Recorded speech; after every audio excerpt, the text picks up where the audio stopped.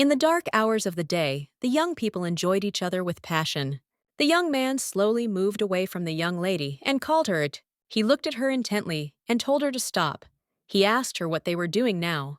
The young lady sighed heavily and told her companion that he was, as always, ruining everything. Selina looked at him intently and said that the first time was difficult, but the second time was easier.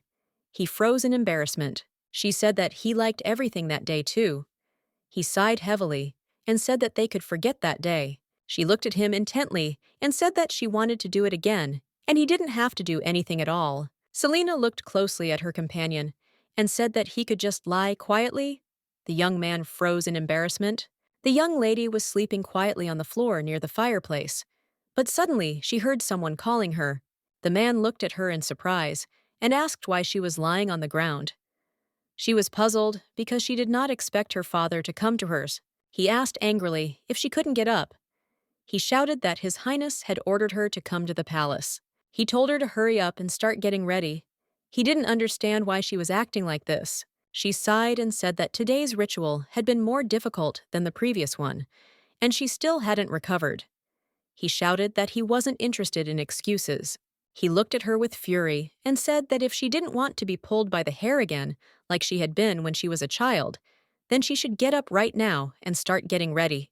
He looked at her intently and told her to dress appropriately. She didn't answer. He looked at his daughter with contempt and said that she should not disgrace their family. A moment later, a maid entered the room and called the young lady. She looked closely at the lady and asked if she was very tired, and she also offered to help in the preparations. The young lady was a little puzzled, as she was not feeling very well, as the winter was hard, and the ice wall wanted more energy. Selina thought that this time she would succeed, but unfortunately, it was not so. The maid asked if the ritual was really about using the blessing of the ice goddess. She really wanted to know what was already beyond the ice wall.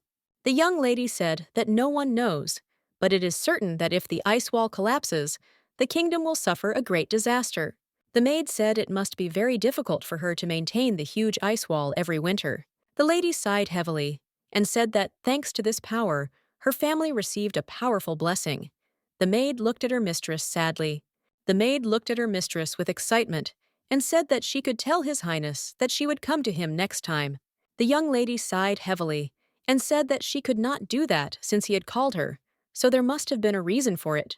The maid looked at the young lady and said that he also invited Duke Millard. Selina froze in shock on the spot. The maid smiled and said that the Duke and His Highness had known each other for a long time, and they had all studied together at the academy. The young lady sighed heavily as she knew that everyone misunderstood their relationship since they were only students at the academy, but were not friends. She knew perfectly well that His Highness was aware that she and the Duke did not get along with each other. From an early age they were at odds with each other, and the prince was a witness to this. The prince looked at the Duke and said with a smile that after today's graduation, if nothing bad happened to the kingdom, he would never call them. He smiled and said that in one place they would bite each other's throats. He looked at them with a smile and said that they should pray that they would never meet in the same place again. The prince, sipping tea, said that the lady would soon be there. The prince looked at the Duke and said with a smile that after graduation he would soon meet the young lady for the first time. The prince smiled and, looking at his friend, said that he did not expect that he could be so embarrassed. He looked at the Duke intently and asked if he hadn't said that he would only call them both in an emergency. The Duke was taken aback and stood frozen for a moment as he realized the gravity of the moment. Some time later, they were informed that a young lady had arrived at the palace. She entered and greeted them with a smile. Leonardo greeted her and also said that she was probably very tired after the ritual. The Duke looked at her intently. The young lady looked at the prince with a smile and said that she was fine. The Duke was shocked and could not believe that she was wearing clothes that were not appropriate for the season. He looked at her puzzledly and called out. The prince looked at her with a smile and said that it was very cold outside and asked why she was dressed like summer. She looked at him in surprise and asked if he really thought so. The prince smiled and said that it was cold now because it was winter outside. A moment later, the young lady was taken aback as a jacket flew into her hands. The Duke looked at her intently and casually said that she should cover herself with it. Selina asked him if he didn't like her clothes. She said that her bare shoulders were quite attractive. After her words, a discussion began between them. The prince sighed heavily and told them to stop. The prince looked intently at the young people and said that he had one request for them. Even though the prince is a bastard, he was still born in the palace and grew up as a prince his whole life. So this is not a request on his part, but rather an order. The prince looked closely at the young people and with an innocent, soft smile, said that the two of them should get married. The young people froze in shock as they had not expected anything like this at all. They looked at each other and irritably asked the prince if he really wanted them to get married. The prince smiled and said that everything was exactly like that. He began to tell the true reason for their marriage, but the young people did not let him speak. He looked at them with a smile and continued speaking again, but they kept interrupting him. He looked closely at the young people and, sighing heavily, said that they should stop. He looked at them intently and, with a hint of irritation in his voice, said that he wanted to finally explain everything to them. The prince said that they knew that the king would soon hand over the throne to the crown prince. He sighed heavily and said that everyone knew perfectly well that his mother was a commoner, and therefore it was a great topic for gossip. The lady looked at the prince in surprise and asked if this was the reason why the throne would not be given to him, but to his brother, who was not at all experienced in this area. The thing was that the prince was in no way inferior to the crown prince, and was even better, and everyone knew about it. The duke sighed heavily and said that the young lady was right, since the crown prince was not so clever in matters of politics, and he did not enjoy the king's trust. But everyone knew that he had won the trust of the aristocrats, and they would all prefer to have a man on the throne who could be controlled. The prince sighed heavily and said that he would only have the support of a small number of aristocrats, and he hoped that they would support him in this. With the ability to manipulate ice, Lady prevented the huge ice wall on the estate from collapsing. The duke possessed fire, and he lit a fire to warm the particularly cold estates. The prince said that if he could secure the support of two families who owned most of the kingdom and had the blessing of the goddess, he could suppress all the nobility. Selina shouted at the prince that she was already on his side, and for this reason she thought that they did not need to get married. He looked at her and said that he understood perfectly well how she felt, but she was on his side, not her family. He looked closely at the young lady and sighed heavily and said that it was she who should not go against the will of her family. He said that if she were to carry another name from the family that supported him, then no one would be able to do anything. The duke looked at the prince with puzzlement and asked if this was the only possible way. The prince looked at them intently and said that this way was the safest and most effective. For this reason, he was ready to beg them. He said it was to create the perfect world they dreamed of. The duke said that in theory, their marriage contract would help him become king. He sighed heavily and said that he didn't think it would make much difference anyway. The young lady sighed and said that she hated to admit it, but the duke was right. As she left, she said that her family's relationship would not change if she got married. She said that they should simply forget about this idea.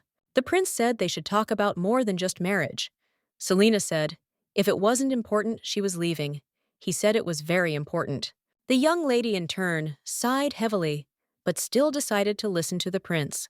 He looked at them intently and said that he had not expected them both to refuse so stubbornly.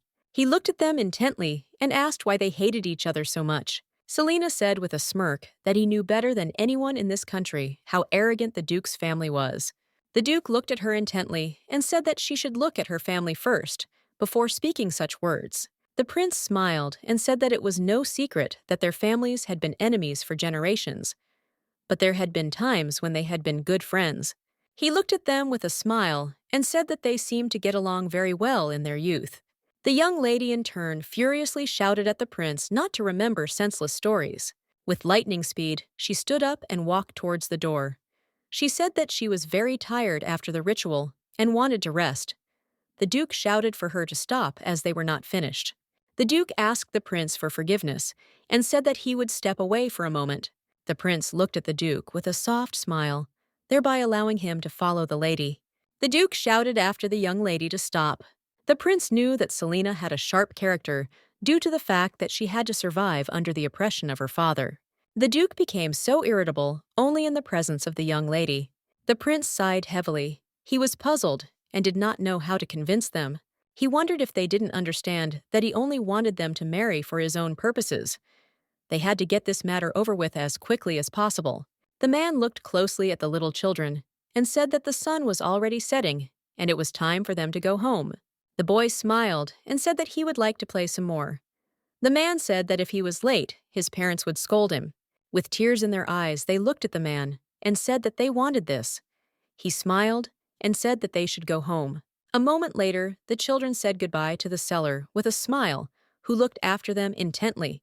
A few minutes later, he was taken aback and turned around because he heard someone scream. He looked into the distance because he knew that there had been an increase in kidnappings recently, and no one was allowed to wander the streets at night. The man slowly walked into the dark alley. He was a little puzzled because he smelled a strange smell. The man in turn thought that the children were playing a joke on him. He shouted and called the children, but suddenly froze as he noticed some silhouette. He looked at the man excitedly and asked if he had seen the children who were passing by. He sighed heavily and said he wanted to take them home before it got dark. A moment later, he froze in place. He was shocked because he saw a truly terrible sight. The man was surprised and did not understand what he was seeing. He asked the man if everything was okay with him, but he only growled at him in response. He was taken aback and began to slowly walk back. He shouted at the man not to come near him, but a moment later, a terrible scream was heard in the alley. Selena smiled and told her friend that he was very slow. He smiled and asked where she was going in such a hurry. Selena said with a smile that they were going to have a picnic. Now she was taken aback as one bun fell on the ground. She said sadly that she couldn't eat it. Now Millard agreed with her. A moment later, he said with a smile that she should look at the bun. He said with a smile that the ants ran up to their bun, and it was very funny. He said with a smile that they had a lot of food and they could share it with the ants. She looked at him in surprise. A moment later, she sat down on the ground. He looked at her worriedly and asked what she was doing. She sighed heavily and said irritably that they were stealing their food. He was taken aback, as he did not expect such a thing from her. He came closer to her and said with a smile that the ants were hungry, and she could consider this as charity. She didn't understand how she could share with someone what belonged to her. She knew it was just a waste of food, since the bun was hers to begin with. She didn't understand why she had to share. Selena knew that she never knew when she might die of hunger. She understood that her friend never went hungry. She understood that if she were as well off as he was, she would behave the same way. She knew that if she were the daughter of a duke, everything would be different. She knew that if they were to switch places, she might be as generous and kind as he was. A moment later, she said that she was not having fun outside and wanted to go back. He was surprised as they were going on a picnic. He asked with a smile what they would do. Selena said that they could play in the room. She was taken aback when she heard her father's voice and froze for a moment. She walked closer to the open door and realized that there was a meeting today. The men discussed their children because they thought they would end their long war. The young lady froze for a moment as she realized from their long conversation that they were simply using her. Millard looked at his friend with excitement and called her. She pushed him away and said that she didn't want to play with him anymore. He stood frozen in surprise, not knowing what to say. She knew that the more time she spent with him, the more jealousy and envy consumed her. She realized that this made it obvious to her that she was simply being used, and she did not want to spend any more time with him. While studying at the academy, everyone was talking about her. They said that she was the illegitimate daughter of a duke since her mother's origin was unknown. They thought that she was a commoner. The young lady was furious, for every year she heard the same gossip. She shuddered when she heard Millard's name being called. The young man looked at everyone with a smile and answered everyone. She looked closely at the young man, as she understood that they both possessed the power of a goddess, but at the same time the attitude towards them was different. Millard ran after the young lady in a hurry and called her, but she did not stop. He sighed heavily because he knew that as soon as her family history came up, her character became more acute in another way. The men looked closely at the young heirs. They said that it seemed that the relationship between the families remained the same. They whispered and said that if these families became friends and united, then this fact would be a shocking blow to the kingdom. They said that the late Duke Eckhart and his wife were descended from the Sturt family. The Duke looked at them with fury and said that they were talking unthinkable nonsense. The young lady looked at him and told him not to be angry, as people's words had no effect, and his actions would not change anything. He looked at her hard and said she was right. She said she hoped the prince would take their decision calmly. He looked at her intently and said that he was actually ready to agree. She looked at him intently and said that their marriage would not happen. Selena said that since they had at least agreed on something, and he had nothing more to say, she was leaving. She said that the coachman was already waiting for her. The young man was taken aback. He looked at her carriage in surprise and asked if she had really arrived to the palace in it. She calmly said that it was true. Selena looked at him in bewilderment and asked what was the matter. She was surprised as he ran to the carriage. She was taken aback and asked what he was going to do. The young lady and the coachman stood frozen in shock. He looked at her intently and said that her carriage was out of order, and she had no choice. He looked at the young lady with a beaming smile and said that he would give her a ride home. Some time later, the young lady was riding home in a carriage with the Duke. She looked at him hard and told him that he was crossing a line and that he didn't need to worry about her or feel sorry for her. He asked her in surprise what she was talking about. He wondered if she thought he had given her a ride because he felt sorry. She asked him in surprise what difference it made to him whether she rode home in a broken carriage or not. He said that she was thinking about the wrong thing. He said that she was an honored guest at the royal palace, and if she left in a broken carriage, unwanted rumors would spread. She sighed heavily and said that there was some logic in his words. He said that he was completely logical. She said her estate was far away. He said he had a friend nearby, whom he needed to meet, so everything was fine. She said he was a good liar. He smiled and asked how she could know, since she had no friends at all. She was taken aback. He sighed heavily and said that it was exactly like that. She looked at him in surprise and asked, how about graduation? Then she wanted to say goodbye to her only friend, and so she came to the prom for him. Then she asked if he wanted to have a drink in her room. They hesitated, looking at each other as they remembered that day. A moment later, they both looked at each other, embarrassed. A moment later, the carriage ran over a rock, and the young lady jumped. Millard shouted at her to be careful, but a moment later, she fell into his arms and froze. She looked into his eyes intently, as he was very warm just like that day, and for some reason, she didn't want to let him go. The young lady nevertheless pulled away from him, and asking for forgiveness, said that she had slightly lost her balance. He sighed heavily and sheepishly said that everything was fine and she didn't need to worry. She was excited and didn't understand what was happening because she had decided to forget about that day and end it all. She didn't understand why she felt that way. The Duke in turn looked away from her in embarrassment. Some time later, after a long journey, they finally arrived at the young lady's estate. She looked at him intently and said with a smile that, whatever the reason, thanks to him, she got there without any problems. She looked at him and thanked him, looking away. She said that now she had to go. She froze for a moment when she saw her father running towards her. He looked at them with fury and asked what was going on. He was furious and did not understand where her carriage was and why she had arrived with the Duke. She looked at him and, trembling, said that she would now explain everything to him. He shouted that he didn't need her excuses at all and that she should go home. The young lady in turn wanted to tell him everything. He asked angrily if she really wanted to contradict him. He raised his hand to her in a rage. The Duke quickly stood between them. He was surprised that her father was personally meeting his daughter. He asked with fury if he really wanted to yell at her and even raised his hand. A moment later, he explained the whole situation. He said with fury that it seemed that the relationship in their family towards the heirs had worsened. He said with fury that he had drawn conclusions. Moments later, he told his girlfriend that he was already leaving. As he left, he turned and looked intently at the lady. The Duke asked her how long she intended to live like this. He asked with cold fury if this was what she really wanted. He looked at her intently and said that it was time for her to think about it. She did not answer the Duke, but was furious because she did not want such a life. She knew that he was right to some extent, but he did not know everything. He looked at the coachman and asked if he was in charge of the carriage today. The man said that was exactly the case, but he would like to explain the situation. The Duke did not let him say anything. He furiously threw the coachman to the ground and began to beat him. The young lady was shocked. She screamed and called her father. A moment later, she directed her ice magic at her father, and he threw the cane from his hand. He looked at his daughter with fury and asked how she dared to use her power on him. She looked at her father intently and told him to stop, as the coachman was not to blame for anything. She said that the carriage was broken, and for this reason she accepted the Duke's help. He looked at her with fury. The Duke looked at his daughter with fury and insulted her.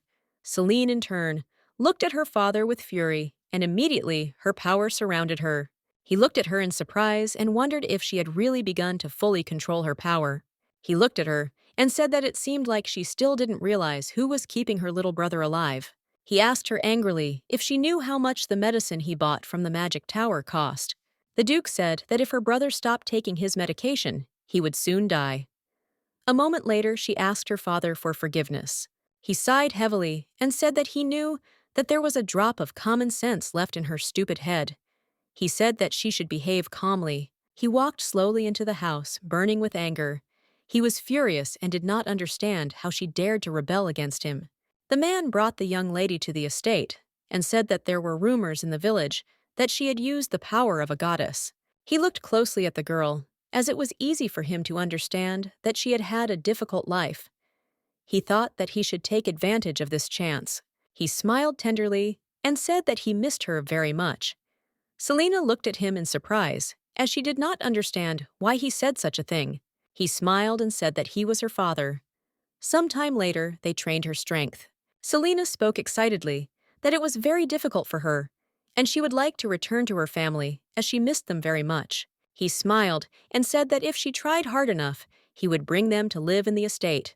She said that she did not like it and did not want to do such things. Unable to bear it, the Duke shouted that if she didn't try, her mother would die. She froze in shock. She screamed with tears in her eyes that he had deceived her. She screamed that she could not see her mother because she was sick, but if she tried hard, her mother would get better and she would see her. She used her power against them with fury, and they were shocked by what they saw. The Duke was surprised because he didn't expect her to be able to release all her power. He froze in shock as he was amazed by her capabilities. She recalled her father's words, who said that her mother had unfortunately died, but he was doing everything possible to get medicine for her brother. She thought about the Duke's words for a moment. Selina was very excited and confused by the whole situation. She knew that, as the Duke had said, she had catastrophic power, but she knew that the department was not quite within her power. She remembered her father screaming furiously at her to freeze everything immediately. The maid looked at the young lady in surprise. Selina asked the maid what happened. She said that the Duke was calling her to that room. She sighed heavily and said that she understood everything. The maid told the mistress that she looked tired and suggested that she reschedule for next time. Selina said that she was fine, and looking at the maid, she said that she knew everything perfectly well. She said sadly that unfortunately no one can disobey her father. She looked at the maid in surprise and asked if she really wanted to go that far. Anna sighed heavily and said that the fireplace was not burning. They thought that the Duke's strength seemed to be exhausted. Anna said that the Duke had come to them, and therefore the gentleman had conveyed a message to her. Anna looked at the lady intently and said that Duke Eckhart would be accompanying her today. The lady was surprised. Taken aback, she looked at the maid and asked what she had just said. She looked at the maid with anger and asked if father really said that the maid said that they had received a message from the palace. She said that the prince would join them for today's ritual. In other words, the Duke and the prince would accompany her. The young lady was furious, as she knew perfectly well that the prince had made it all up. She looked at the lady with concern and asked if she should tell the master that she was ill. Universe said that her father would not listen to the request. The prince looked at the lady intently and said with a smile that he thought she would not come. She sighed heavily and, looking at him, said that she simply would not dare to do such a thing. He smiled and said that it would be nice if she complied and accepted his proposal. She sighed heavily and said that she was not ready to graduate with such shame. She knew that if a prince had a goal, he would always strive forward, not noticing anyone around him. She knew that if she had told them that she was ill, they would have come to her bedroom with the Duke. A moment later, the Duke approached them and asked what they were talking about. He said that the ritual was about to begin. The prince looked at the Duke with a smile and asked if he was ready. He sighed heavily and said that he was ready. The young lady said that they should start quickly, as when the sun sets on her estate, it is simply unbearably cold. She said, looking at the Duke, that she did not want to make her servants in the house shiver with cold. The Duke said that she should not rush him. He said that he had to concentrate and not be distracted by anything. The young lady, in turn, looked at him intently. She wished he would stop being so grumpy at every ceremony. She felt like he was acting like a grumpy cat. She looked at the prince intently and asked why he was present at the ceremony. The prince looked at her intently because he understood that she was the daughter of a duke and everyone in the estate must obey her. He looked closely at everyone present and realized that they were subordinate to Duke Anna, and there was a high probability that she was an empty phrase for them. He understood that when she was near the Duke, she did not want to show the whole situation in which she had lived her whole life. He looked at the young lady intently as an idea came to him. He said that he was doing her a favor and she would have to repay it. The young lady, in turn, was shocked. She screamed that this was too much on his part. He began talking about their marriage again with a smile, and a moment later said that he would not talk about it anymore. She looked at him in surprise and asked if he was sure he wouldn't bring this topic up again. He smiled and said that he was right, and they needed to start the ritual. The young lady sighed heavily and agreed with him. The prince looked at her with a radiant smile. He said that when everyone left, it became too quiet. He smiled and said that he could step aside and she could talk to the Duke. In the very center of the estate is a large pillar of fire, warming the entire territory, in the same way that the Stuarts perform a ritual to maintain the ice walls. Eckharts also perform rituals to infuse power into Celion. The young lady was alarmed. She looked closely at the Duke, as she did not understand what was wrong with him.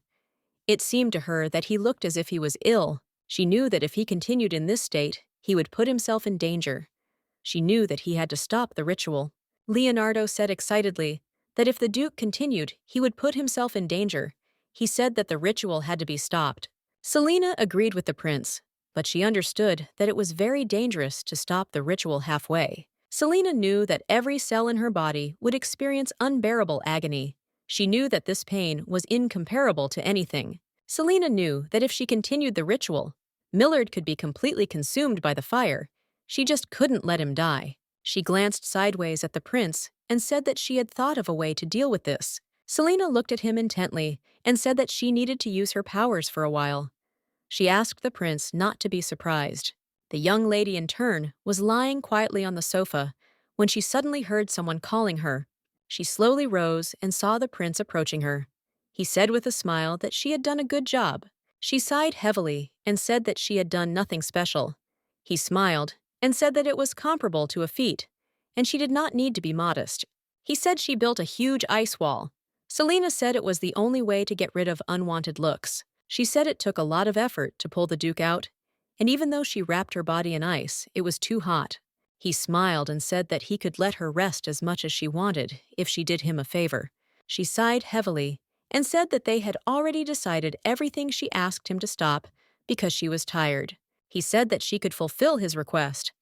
She sighed heavily as she did not think that everything would turn out like this. He said that the Duke still hadn't woken up and his body temperature was still rising, so he wanted her to take care of him. She was puzzled because she knew that she could freeze the man to death with her own hands. She had never saved anyone. She sighed heavily and said that she couldn't do it. The prince looked at her in surprise. Looking at Selena, the prince asked if she didn't want to do this because she loved the Duke. She was shocked because she didn't expect to hear something like that.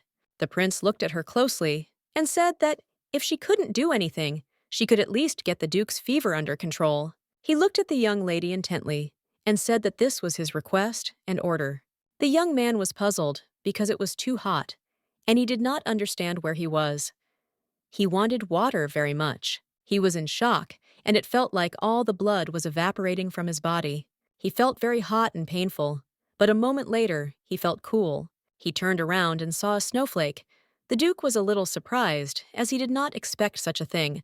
A moment later, he walked slowly into the cold and suddenly heard someone's voice. He woke up because he heard the voice of a young lady. Opening his eyes, he saw small snowflakes in the air. A moment later, he was taken aback, as he did not understand where he was now. With the speed of lightning, he sat down on the bed. He was excited and didn't know what had happened, as the last thing he remembered was the ritual. He wondered if he had passed out, since he had little memory of what had happened.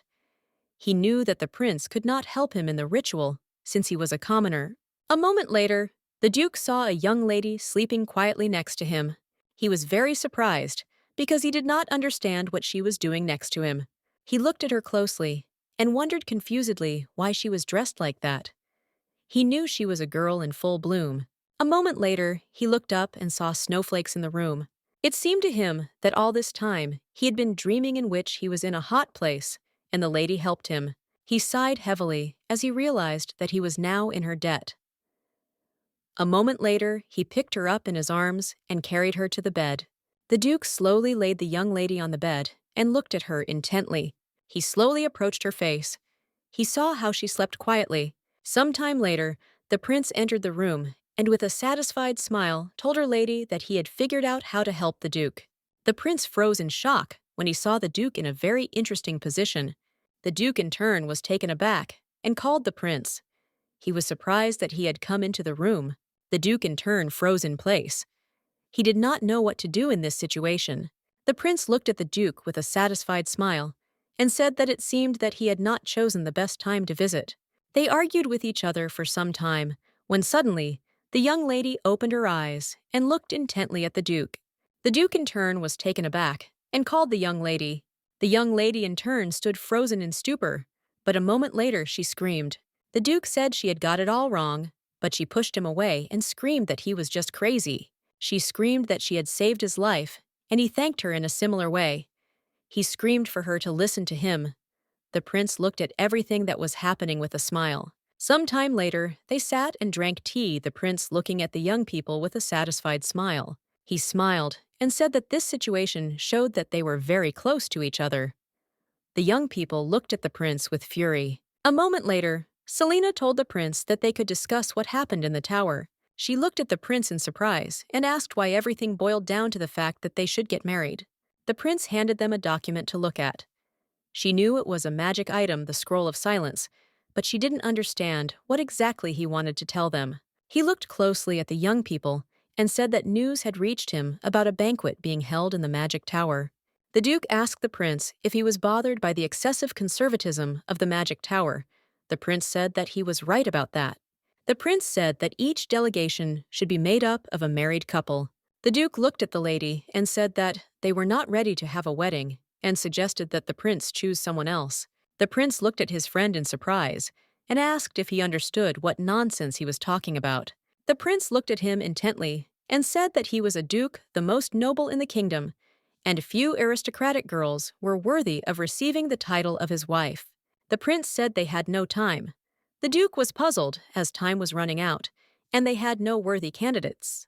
He was indignant for a while. The prince smiled and said that this was his desire, and he did not understand why he should look for another candidate if they were suitable for each other. She looked at the prince intently and asked if he really meant to say that it was all about the magic tower. She asked if they could get divorced afterwards.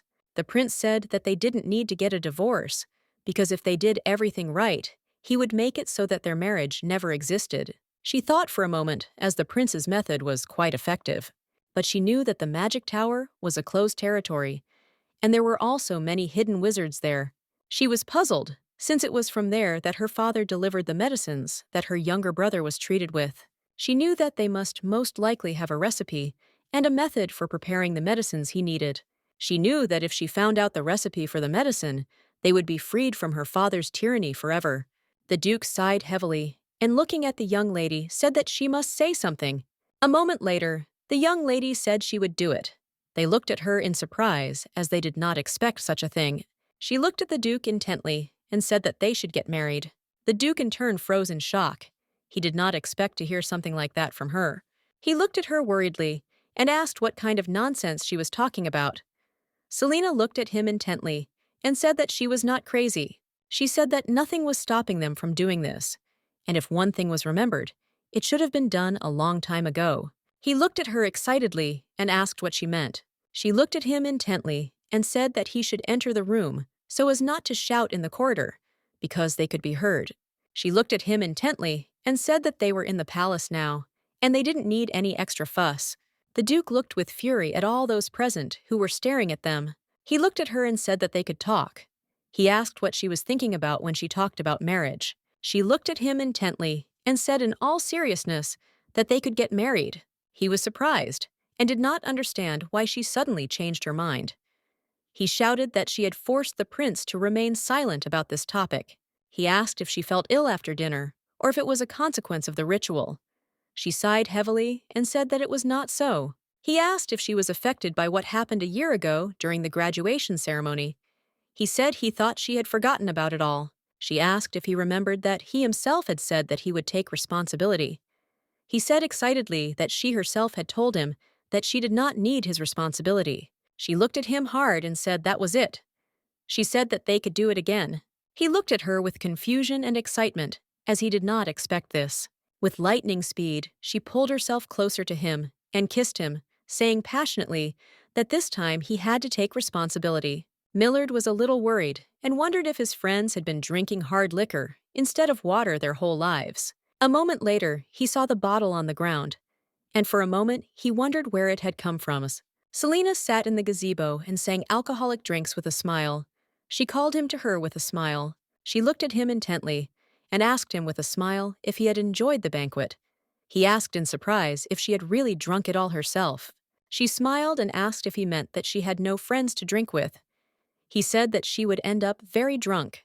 He suggested that she go back to the dorm. She sighed heavily and said that she didn't want to leave. Selena looked at him intently and asked if he wanted to sit with her for a while. He froze in embarrassment and surprise. He sighed heavily and said that she was too drunk and it was time for her to go to bed. She told him everything for a while. She sighed heavily and said that she had no family and no friends with whom she could communicate. He looked sadly at the young lady. She sighed heavily and said that it was time for her to go back, and also asked if he would put all the bottles away. A moment later, she stood up as she was about to leave, but suddenly slipped and almost fell. He caught her. She looked at him intently and asked shyly if he would like to have a drink with her in the room. She smiled and said that he was surprisingly not drinking well, since his face was now very red. He smiled and said that she should not make fun of him. She smiled and said that she gave it to him. But he has weak points. He asked what she thought of him. The young lady looked away from him and said sheepishly that he was a well-liked boy of noble birth. The Duke sighed heavily and told her that she had something on her face. He slowly touched her beautiful face, and for a moment they froze, looking at each other. He was taken aback and removed his hand. A moment later, he sheepishly asked for forgiveness. The young lady in turn slowly approached him and kissed him tenderly. He froze in place from embarrassment. The young lady in turn slowly began to undress him. He looked at her intently. Selena in turn slowly undressed, and looking into his eyes said that he should forget this day. She kissed him passionately. The next day, the young man woke up and froze for a moment because he did not see the lady next to him. With lightning speed, he rose up on the bed and called her. Her young lady shuddered when she heard her name. He looked at her in surprise and said that it was too early for him to ask where she was going. She sighed heavily and, without looking at him, coldly said that she was going home. He asked in surprise if she really wasn't going to the main ceremony. He said that if they started getting ready, now they would make it. She asked in surprise what he was talking about. He sighed heavily and timidly said that she herself said that she had nothing to do there because she had no family or friends. He said embarrassedly that since something had already happened between them, he was ready to take responsibility for everything. She said that they were very drunk yesterday, and it was just a drunken accident. She looked at him and said that they were both victims in this situation. The young man froze in shock, as he did not expect to hear something like this. She looked at him hard and said coldly that she didn't want any responsibility. He sighed heavily and said that he knew she was drunk yesterday, but not that drunk, and they both realized that she wanted it too. The young lady said it wasn't so. She said it could have been anyone. As she left, she said they could have pretended it never happened. Millard froze in shock. He was very surprised because he didn't expect to hear something like that. In his haste, he shouted to the young lady to wait, as they had not finished their conversation.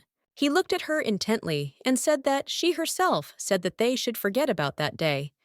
She looked at him intently and said that he didn't have to do anything, just lie silently. He asked if she hadn't mentioned then that she could have been anyone in his place. She looked at him intently and asked if that day had really left some mark on his life. She looked at him intently and said that she wouldn't believe it until it happened. She sighed heavily and said that if he didn't want to, then they wouldn't do it. Selena looked at him intently and said that in that case, she would just leave. Millard did not answer her, but a moment later he grabbed her by the arm and with the speed of lightning threw her onto the bed. For a few minutes he stared at her, but later kissed her passionately. He slowly continued kissing her all over her body. Knowing her lady, she trembled and asked him to wait a little.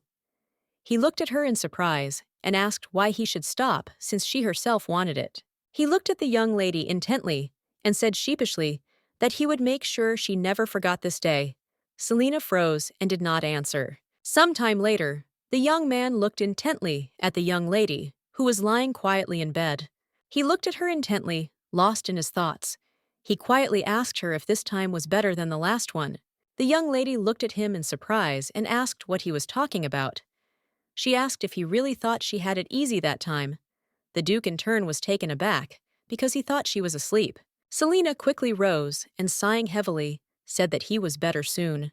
She said that on that day, he calmly walked up to the podium and finished his prepared speech. She faded for a moment and said that she had been like a fool that day. He looked at her in surprise and asked what she was talking about.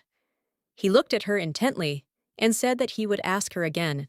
Millard looked at the young lady intently and said that she should look him straight in the eye and answer as honestly as possible. He looked at her excitedly and asked what that day meant to her. The young lady in turn looked away from him. She did not know what to answer. He was taken aback and looked at her intently as he saw that she was embarrassed. He looked at her confusedly and asked if it was true. He wanted to know if she was lying. She looked away from him, puzzled, and asked why he kept asking if he didn't believe her. She sighed heavily and said that she was tired and suggested that he take a little rest. The Duke looked at the young lady with embarrassment, but did not answer her. A moment later, he lay quietly on the bed. She glanced at him sideways. The young lady knew that, alas, the last time she had justified it by saying that they were both drunk. But this time, everything had happened of their own free will, and they were sober. She was puzzled and wondered if it was good or bad. She knew that something very important had happened today, after which they were to get married. She knew that he was a very nice and sweet man, and he was the only one who had treated her well, even though she had been rude to him. The average of all the people who envied her for having the power of a goddess. He was the only one who sympathized and understood how heavy this burden was. She understood perfectly well that he was perfect for her in every aspect.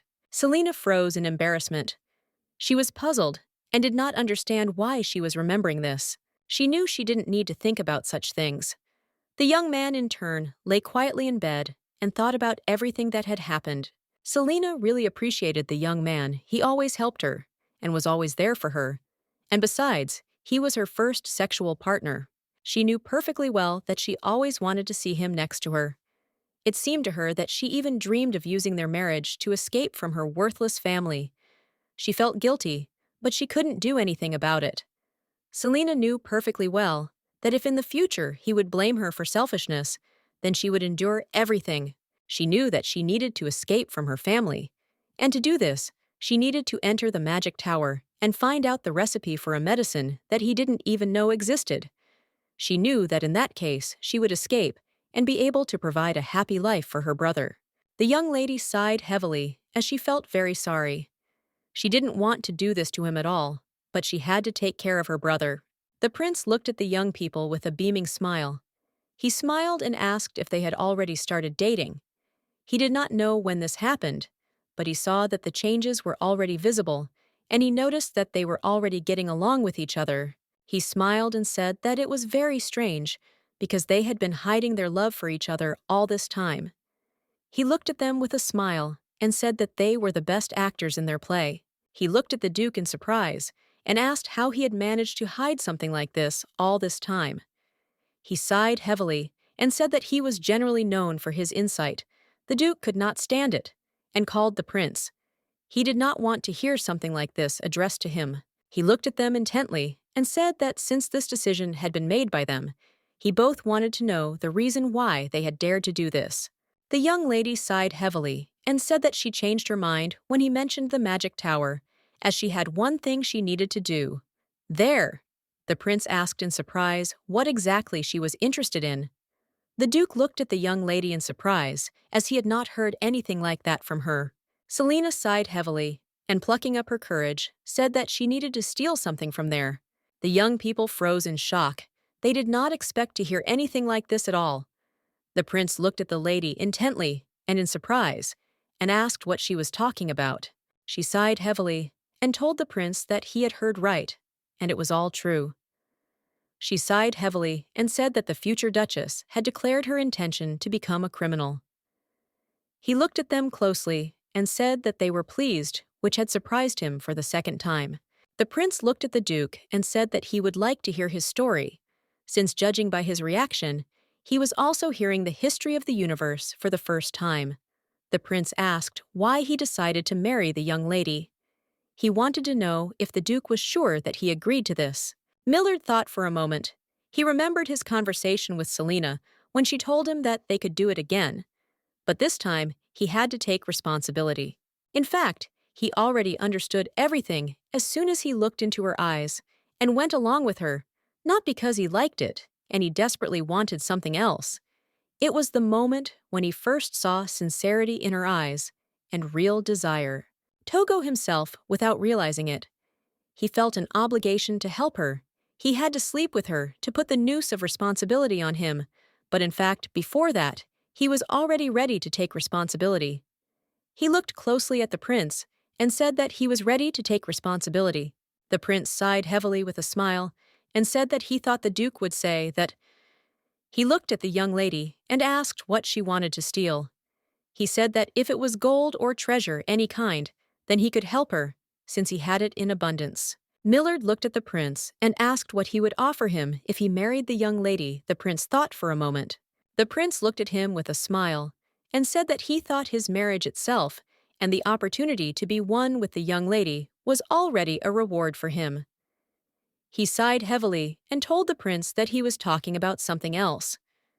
He wanted to know what benefit his family would receive from the marriage. He sighed heavily and looked intently at the young lady. Selenova, in turn, turned away from them and said that she did not need gold or jewelry. She told the duke not to even think about spending his hard-earned money on a fictitious marriage. She sighed heavily and said that he should not give her anything. The duke, in turn, looked at the young lady with bewilderment and surprise, as he did not expect to hear such a thing. The prince looked at the lady and asked what she needed in the magic tower. He said that the item could be found in their kingdom. The young lady sighed heavily and said that what she needed could only be found in the magic tower. The duke looked at her worriedly and said that, in that case, they could make a legal request. She sighed and said that if she could do that, she would have done it long ago, but unfortunately, the thing she needed could not be obtained legally. For a moment, the duke was angry as he understood that she wanted to marry him in order to steal something from the magic tower. He was a little offended to hear such things. The prince looked at the young lady with a puzzled expression and asked if she really thought he could let someone into the magic tower who had already declared her intention to steal something important. He sighed heavily and said that the task he wanted to entrust them with was quite dangerous. He said that this task would be very difficult for them to solve, but in her interests there is another impossible task. She is excited, said that she will definitely make sure that no one catches her, and she promises that she will not cause any trouble to anyone. She looked at the prince intently and said that she was asking him very much about this, since she really needed to get into the magic tower. The duke looked at the young lady intently and said nothing. A moment later, he looked at the prince and said that he would take responsibility and look after the young lady. Selina was taken aback, as she did not expect to hear such a thing from him. He looked at the prince intently and said that he was ready to make every effort to fulfill his requests. The prince sighed heavily and told the duke that the final word was his, and he very much hoped that the duke was ready. A moment later, the prince sighed heavily and looked at them intently. He told the young men that if their lives were in danger, they should leave there immediately. The young lady thanked the prince. The duke said that they should now hear what work was being discussed. The prince looked at them intently and said that first, they needed to get married, then go as part of an invitation as a delegation to the magic tower, and find evidence of their guilt in what was happening in the kingdom. The young lady excitedly asked the prince what had happened so strange in the kingdom that he needed to find evidence in the magic tower. He sighed heavily and, looking at them, said that a very unusual incident had occurred. The prince said that a man had recently died near a port city. There was nothing strange about the death itself. He sighed heavily and said, "That's no problem." He was thrilled that the next day he came back to life and walked normally. She looked at the prince excitedly and said that soon she was sure he had not died, or perhaps a miracle had just happened. The prince looked at them intently and said that he had thought so too at first, but in their times, miracles did not happen often. The duke asked the prince excitedly if he really meant to say that similar incidents had happened in other places. The prince said that there had been more than 10 such cases where the dead had risen and had begun to wander. He said in a puzzled tone that their trait was strange, as they would attack other people and bite them, and they would eat meat, and the knights who fought them could not defeat them. He sighed heavily and said that after they woke up, they were simply impossible to kill. And the knights said that even after the fireball and numerous sword strikes to the body, they moved as if nothing had happened. He said that they had to deal with the risen dead who bite other people. He looked at them intently and asked me if they thought that there were too many peculiarities in this incident to consider it as something natural. The duke thought for a moment and asked the prince if he really thought that the magic tower was involved in this incident. The duke said that there were no leads to them, judging by his story. He did not understand why the prince believed that they were involved in this situation. The prince looked at the young man closely and said that he had received another piece of information. He looked at them and said that, "You are experimenting on people in the magic tower." The young people were shocked by what they heard. The duke looked closely at the prince and asked what he was talking about. The prince said that several hundred years ago, a mad wizard experimented with chimeras on animals and humans. Eventually, it was condemned by the authorities across the continent, and a continental law was created, banning experiments on humans. He said that the magic tower took this law into account, and the wizards who were experimenting on people suddenly disappeared. He sighed heavily and said that wizards could do anything to discover new knowledge in magic, and he thought that a lot had happened, and they could go back to it again. The duke was a little puzzled. He knew that wizards were obsessed with everything new, but he could not believe everything that was happening. He knew that they must not fall for the tricks of magicians. He knew that she had lessons in the history of magic and aristocracy. It was said that wizards were subject to many prohibitions from the law. The prince looked at them closely and said that there were still those who succumbed to temptation, and that there had been many cases of fraud on the part of wizards in recent times. He sighed heavily and said that there were times when ordinary people gave them all their money. The duke looked at the prince closely and asked how reasonable it was to rely on the information he had received about conducting experiments on humans. He said that it was logical if he had secretly explored the magic tower based only on the information. He said that if they were caught, they would have every opportunity to counterattack him. The prince sighed heavily. The duke looked at the lady intently and asked her what she thought about it. She did not answer and sat quietly. He looked at her in bewilderment as he saw that her face had turned pale. He thought that most likely this incident had a strong impact on her and on her emotional state. A moment later, he wondered if it was possible that he had overdone it a little in bed, and that was why she was not in the mood. He knew that, whatever the reason, they had better take a break. The duke looked at the prince and said that it was time for them to get ready for the wedding. They could come back to this topic next time. The prince looked at them with a smile and said that the wedding was a very important matter. The duke looked at the young lady and said that it was time for them to go. She slowly began to rise, but suddenly, she felt dizzy and lost her footing. The duke looked at the young lady with concern. He managed to catch her before she fell. He looked at her intently and asked if she was okay. The young lady slowly pushed him away and walked forward. She looked at him sideways and said casually that he was okay with her. She was just a little lost in her thoughts. Millard looked closely at the young lady. He was alarmed by her condition. The prince looked at his friend with a smile and said that it seemed to be very difficult for him, and he should take care of himself. The duke agreed with him. The young lady said it was time for her to go home. Millard asked if she wanted him to take her in his carriage. He was very interested in whether her attitude towards him would change when they were married. Last time she was very unhappy that he gave her a ride. He looked at her intently and said that they could rest a little in the palace. He looked at her intently and said that it would turn out that she had not yet fully recovered from everything. Selina looked at him intently and sighed heavily and said that she was fine. Millard looked at her and said that she didn't need to be stubborn because she really needed to rest. She glanced sideways at his hand, which was on her shoulder, and with lightning speed she pushed him away. Selina looked at him sharply and said that just because they decided to get married, it didn't mean he could do whatever he wanted. She angrily said that she had to go home. A moment later, her expression changed, and with a puzzled expression, she said that she really needed it. He looked at her intently and agreed. A moment later, he said that they could go together, as he also had some business to attend to. The Duke slowly sorted through the documents. He said that the prince had given him the protocol of the incident that had happened. He told the young lady that she also needed to read it. He slowly handed her the first part of the material. A moment later, he glanced sideways at her as he handed her the documents, but she did not take them. A moment later, he called her again. The young lady was taken aback and asked what he said. She apologized to him because she had not heard. He looked at her with bewilderment and said that she was acting strange today. The young man looked at his companion with concern and asked if everything was really okay. A moment later, he reached out to her and gently stroked her face.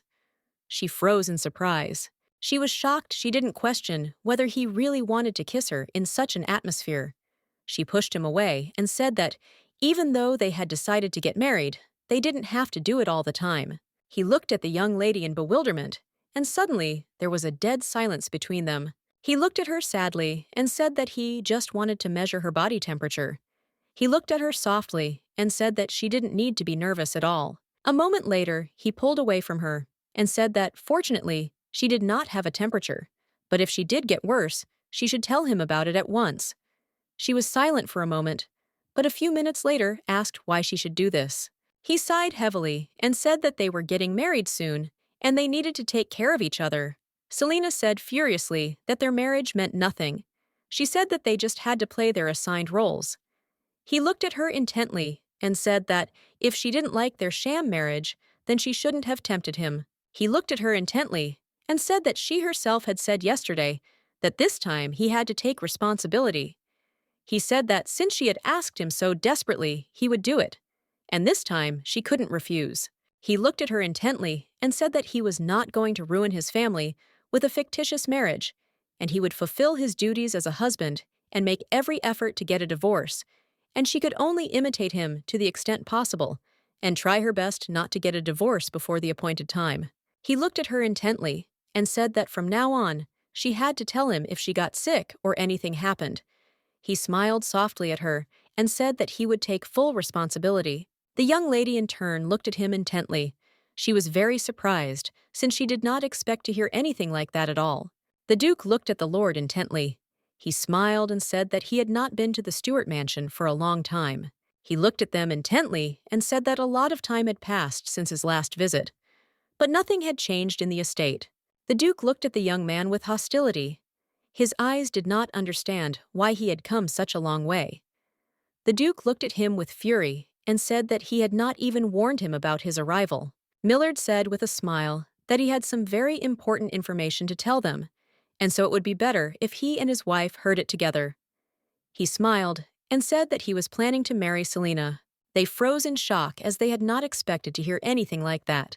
The rest looked at the Duke and, asking for forgiveness, said that he had not heard at all what he had said. Millard looked at them intently and in a calm manner said that he was going to marry his daughter. The man was furious. He shouted at the Duke not to dare to do anything like that. He shouted that, as the father of the young lady, he was against this marriage, since he did not at all want to become their relative.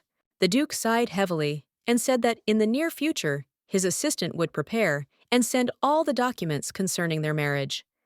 He slowly stood up and said that this was all he wanted to tell them, and for this reason, he was already leaving. They were shocked, as they did not expect anything like this from him. The Duke looked after the young man with fury. The lady looked at her husband in surprise and asked why this Duke wanted to marry their Selina. She looked at her husband intently and asked if he was really going to marry her off to the Duke. The man pushed his wife away and shouted that this was just nonsense. He said with fury that he had found, nursed, and raised an illegitimate daughter from a commoner. He screamed that such a worthless half-breed simply could not become a real duchess. He screamed that the title of Duke originally belonged to them, but they still seized the title and deprived their family of business. He was furious because he understood that he simply could not become a relative of people who put spokes in their wheels everywhere. He shouted with fury that such a thing would never happen. The young man looked at the Duke with a puzzled expression and asked why he had chosen the young lady out of all the girls. He shouted that even if a knife were put to his throat, he would never agree to such a thing. He did not understand how the Duke could marry the heiress of a greedy and depraved family. The Duke did not answer. He closely watched everyone present. The young man looked at him with fury and asked if he knew what rumors were going around about the young lady they were shouting, that they simply could not allow the Stuarts to become their relatives. Millard looked at everyone present and said that his opinion would not change. A moment later, he said that the given marriage was blessed by His Highness. The young people were shocked. They understood that he must become the main link that would oppose the union between their families. The Duke said that the prince had said that if their two great families united, they would have a great impact on national interests. They knew that the royal family only turned a blind eye to their constant feud. The Duke sighed heavily and, looking at everyone present, said that they had had bad relations in the past, but he thought that the moment had come when they would finally end. The man looked at the Duke intently, as he knew he could not be persuaded. He looked at him intently and asked what power they had as vassals. He looked at the Duke intently and said that if he wanted to get married, he could do so. The man said that they have their own conditions for this marriage. The young lady stared out the window and thought she knew everything, that several days had passed since she told her father about her wedding. She was surprised because the house was very quiet. She wondered if he had really decided to give her consent. A moment later, she turned around because she heard a crash. She saw her father. He was burning with anger. With the speed of lightning, he ran up to her and slapped her in the face with fury. The young lady froze in place from shock and surprise, as she did not expect such a thing at all. He asked her furiously what she was doing. He asked her furiously if she really thought that if she got permission from His Highness, she would just go and marry the Duke. She froze for a moment and looked at the documents. He screamed that she was his child, and he would not allow this to happen. He shouted that there would simply be no marriage. He shouted that today he forbids her to leave his room. As he left, he shouted that if she dared to leave the room, her brother would stop receiving his medication. She froze in place and did not say anything to her father because she understood that she simply had no choice. The young man ran joyfully to his sister with a cheerful smile. She was waiting for him patiently. With the speed of lightning, he rushed into her arms and with a smile said that he missed her very much. She smiled and called her brother. The young lady in turn wondered if her father was pleased that she had behaved quietly all week. She simply could not believe that he had allowed her to meet her brother. She looked at him closely and asked him with a smile if he had chewed well. He smiled and said that he was fine. She smiled and said that she was fine too. Selina gently stroked his head and said that he had grown a lot since their last meeting. He lived alone in a separate building of the mansion, in a place where only the Duke and a few magicians could enter under close control. He smiled and said that Dad bought him a lot of delicious things. She was puzzled since food, clothes, walking time, even the number of visits to the toilet were controlled. Maufra and the mage said it was all because of the treatment, but she knew that Neville didn't exist for them. She understood perfectly well that this was just a way to keep her under control, and she understood it. This control, which they called treatment, also caused doubts in her. She sighed heavily as she understood that they were doing all this in order to raise her brother to be an obedient child. In addition to the fact that her brother was developmentally delayed, he had seizures. It was as if he became someone else and attacked people. The magician diagnosed Nevelia with split personality. He needed treatment to suppress the violent personality and reduce the seizures. She was puzzled because he had been treated for many years, but he still did not get better. She did not understand why this was so. He looked at the cute butterfly with a smile and told his sister to also look at this amazing sight. She looked at him intently with a smile on her face, and since she knew that he rarely went outside, she was surprised even by an ant. A moment later, his face changed, and with a smile, he told his sister that he had caught a butterfly. The young lady looked at her brother in excitement and said that this was not right, because if he grabbed it, the butterfly would die. He looked at his sister in surprise and asked what it meant to die. He asked if it really hurt. She hesitated, not knowing what to answer. Selena understood that he needed to know about it now. She looked at her brother intently and said that to die meant to feel nothing. No joy, no sadness, absolutely nothing. Selena said that if someone died, they would no longer be able to taste anything and enjoy it. She said that now the butterfly will not be able to fly freely. She looked at him intently and said that this means death. Trembling, he looked at her and shouted that she will be able to fly again. He was in shock and with tears in his eyes, shouted that the magician will fix everything. She sighed heavily and looked at her brother and said that death could not be fixed. She reached out to her brother and said that they could bury the butterfly in the backyard. He pushed away his sister, who was reaching for him, and shouted that it was not so, and he saw everything. He shouted that the magician could fix it. The young lady froze in place from shock. She called out to her brother, but it was all in vain. A moment later, the young man ran towards his house. She screamed and called him, but he paid no attention to her. She was very excited because she knew that her brother had changed after the treatment, because before he was a child who trusted her completely. She was excited and did not understand, since when he began to trust the magician so much. She looked after him intently, because she understood that she needed to save him from his family as soon as possible. She knew that she could not delay the wedding because she needed help. The prince, in turn, walked slowly towards his father. He was immersed in his thoughts. A moment later, he entered the room and told His Majesty that he had something to tell him. He looked at his son closely and said that he had received no reports to worry about. The prince looked at his father closely and said that there was actually something he had not yet told him. He sighed heavily and bowing said that first, he wanted to find out for himself who was behind this. Leonardo said that these incidents have been happening more and more lately, and now it is difficult for him to solve this problem on his own. He looked at his father and asked for forgiveness, saying that he had been blinded by the desire to gain recognition. The king looked at his son intently and told him to stop. He did not understand how a member of the royal family could bow his head so easily.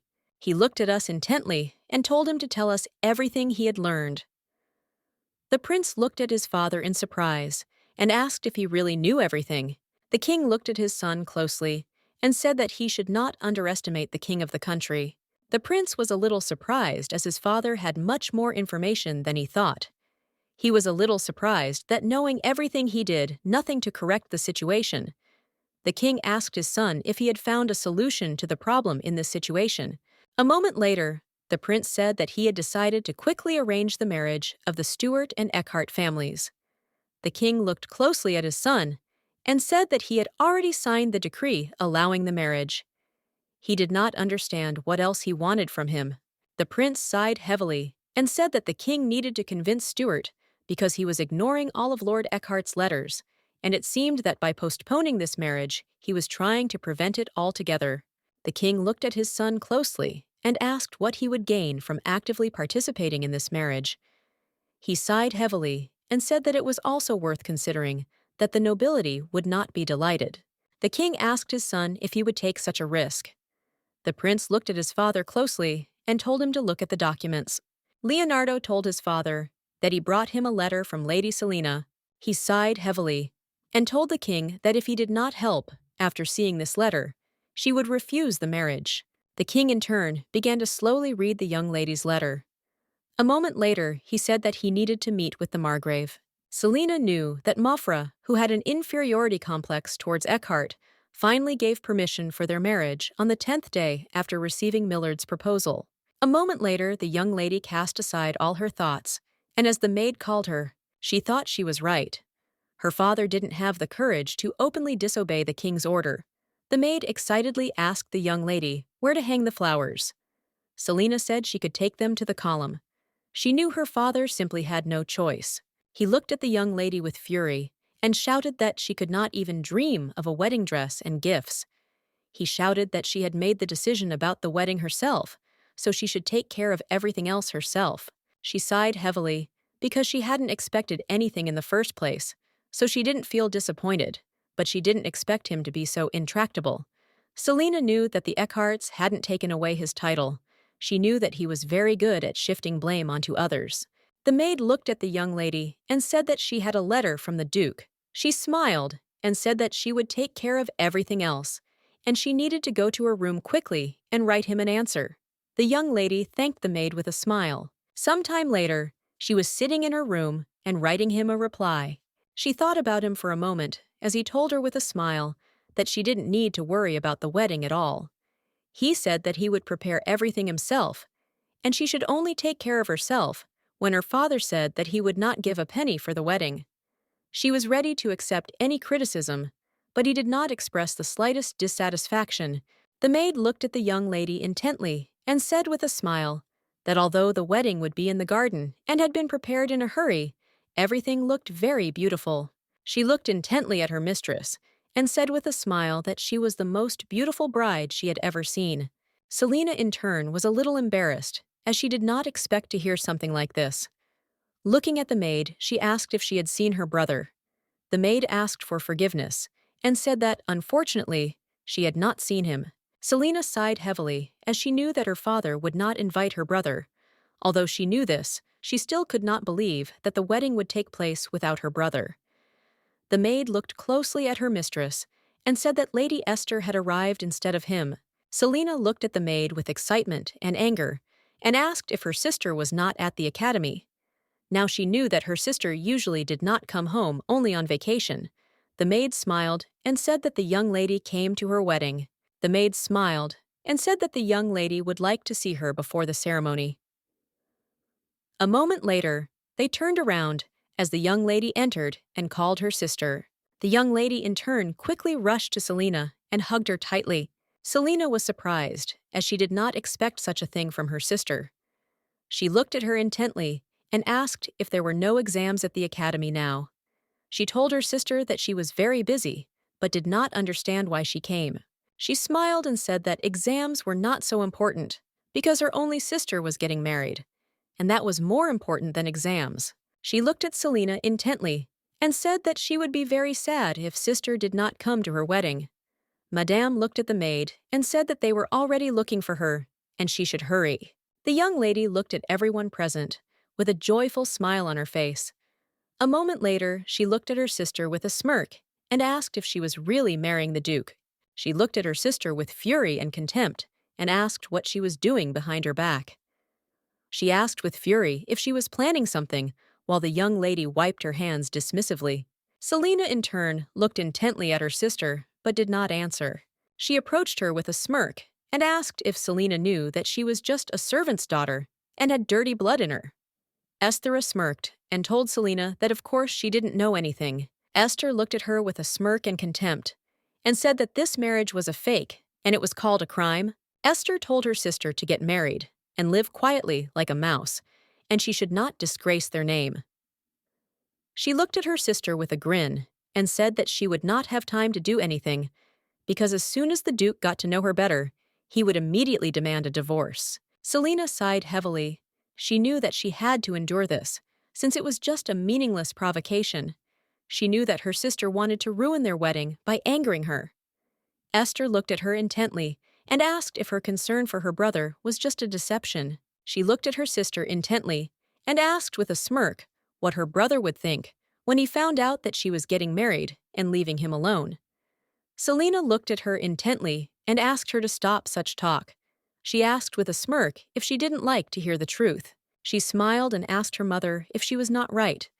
She said that the lady was abandoning her sick brother without a shadow of a doubt in order to become a duchess. She looked at her intently and said that she would live happily in the meantime, while he followed his sister around like a little tail, not realizing that he would soon be abandoned. The young lady looked at her sister with fury. Esther looked at her closely and said that she was very scared.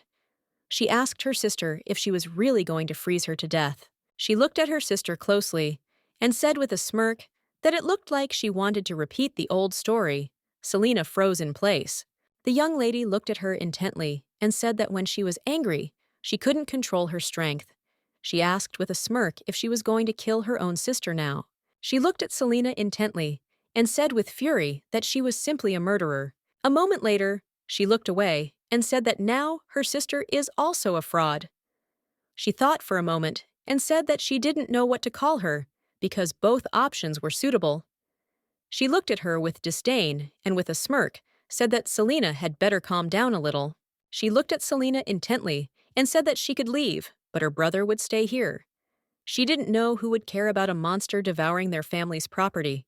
She looked at the young lady intently and asked if that was true. Selina froze in place from what she heard. Esther looked at her sister with a smirk and asked who would care about a monster devouring their family's property. Selina pushed her sister away.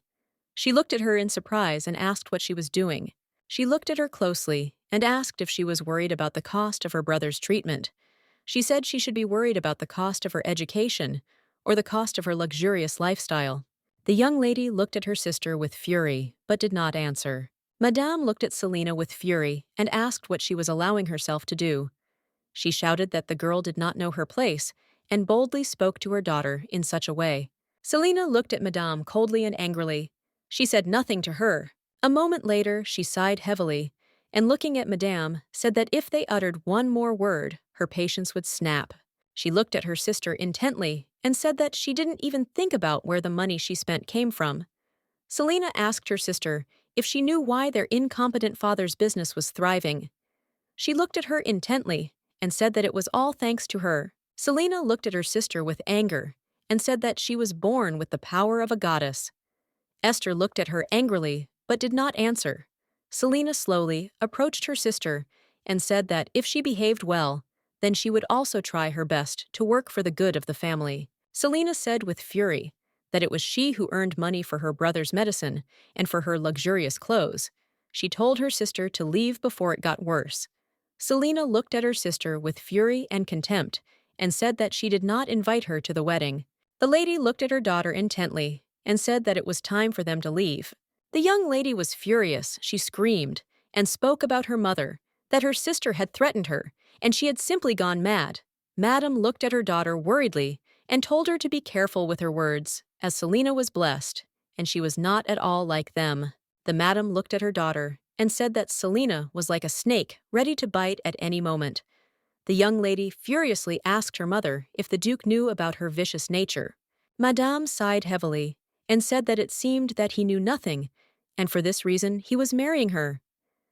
She did not know if there was a person in the world capable of adopting such a terrible character. The Duke looked after them with a glare, with a smile on their faces. He thought that only her father was bullying her, but it seemed that the whole family was bullying her. A moment later, he knocked on the young lady's door and said he would come in. She looked at him in surprise and asked why he had come.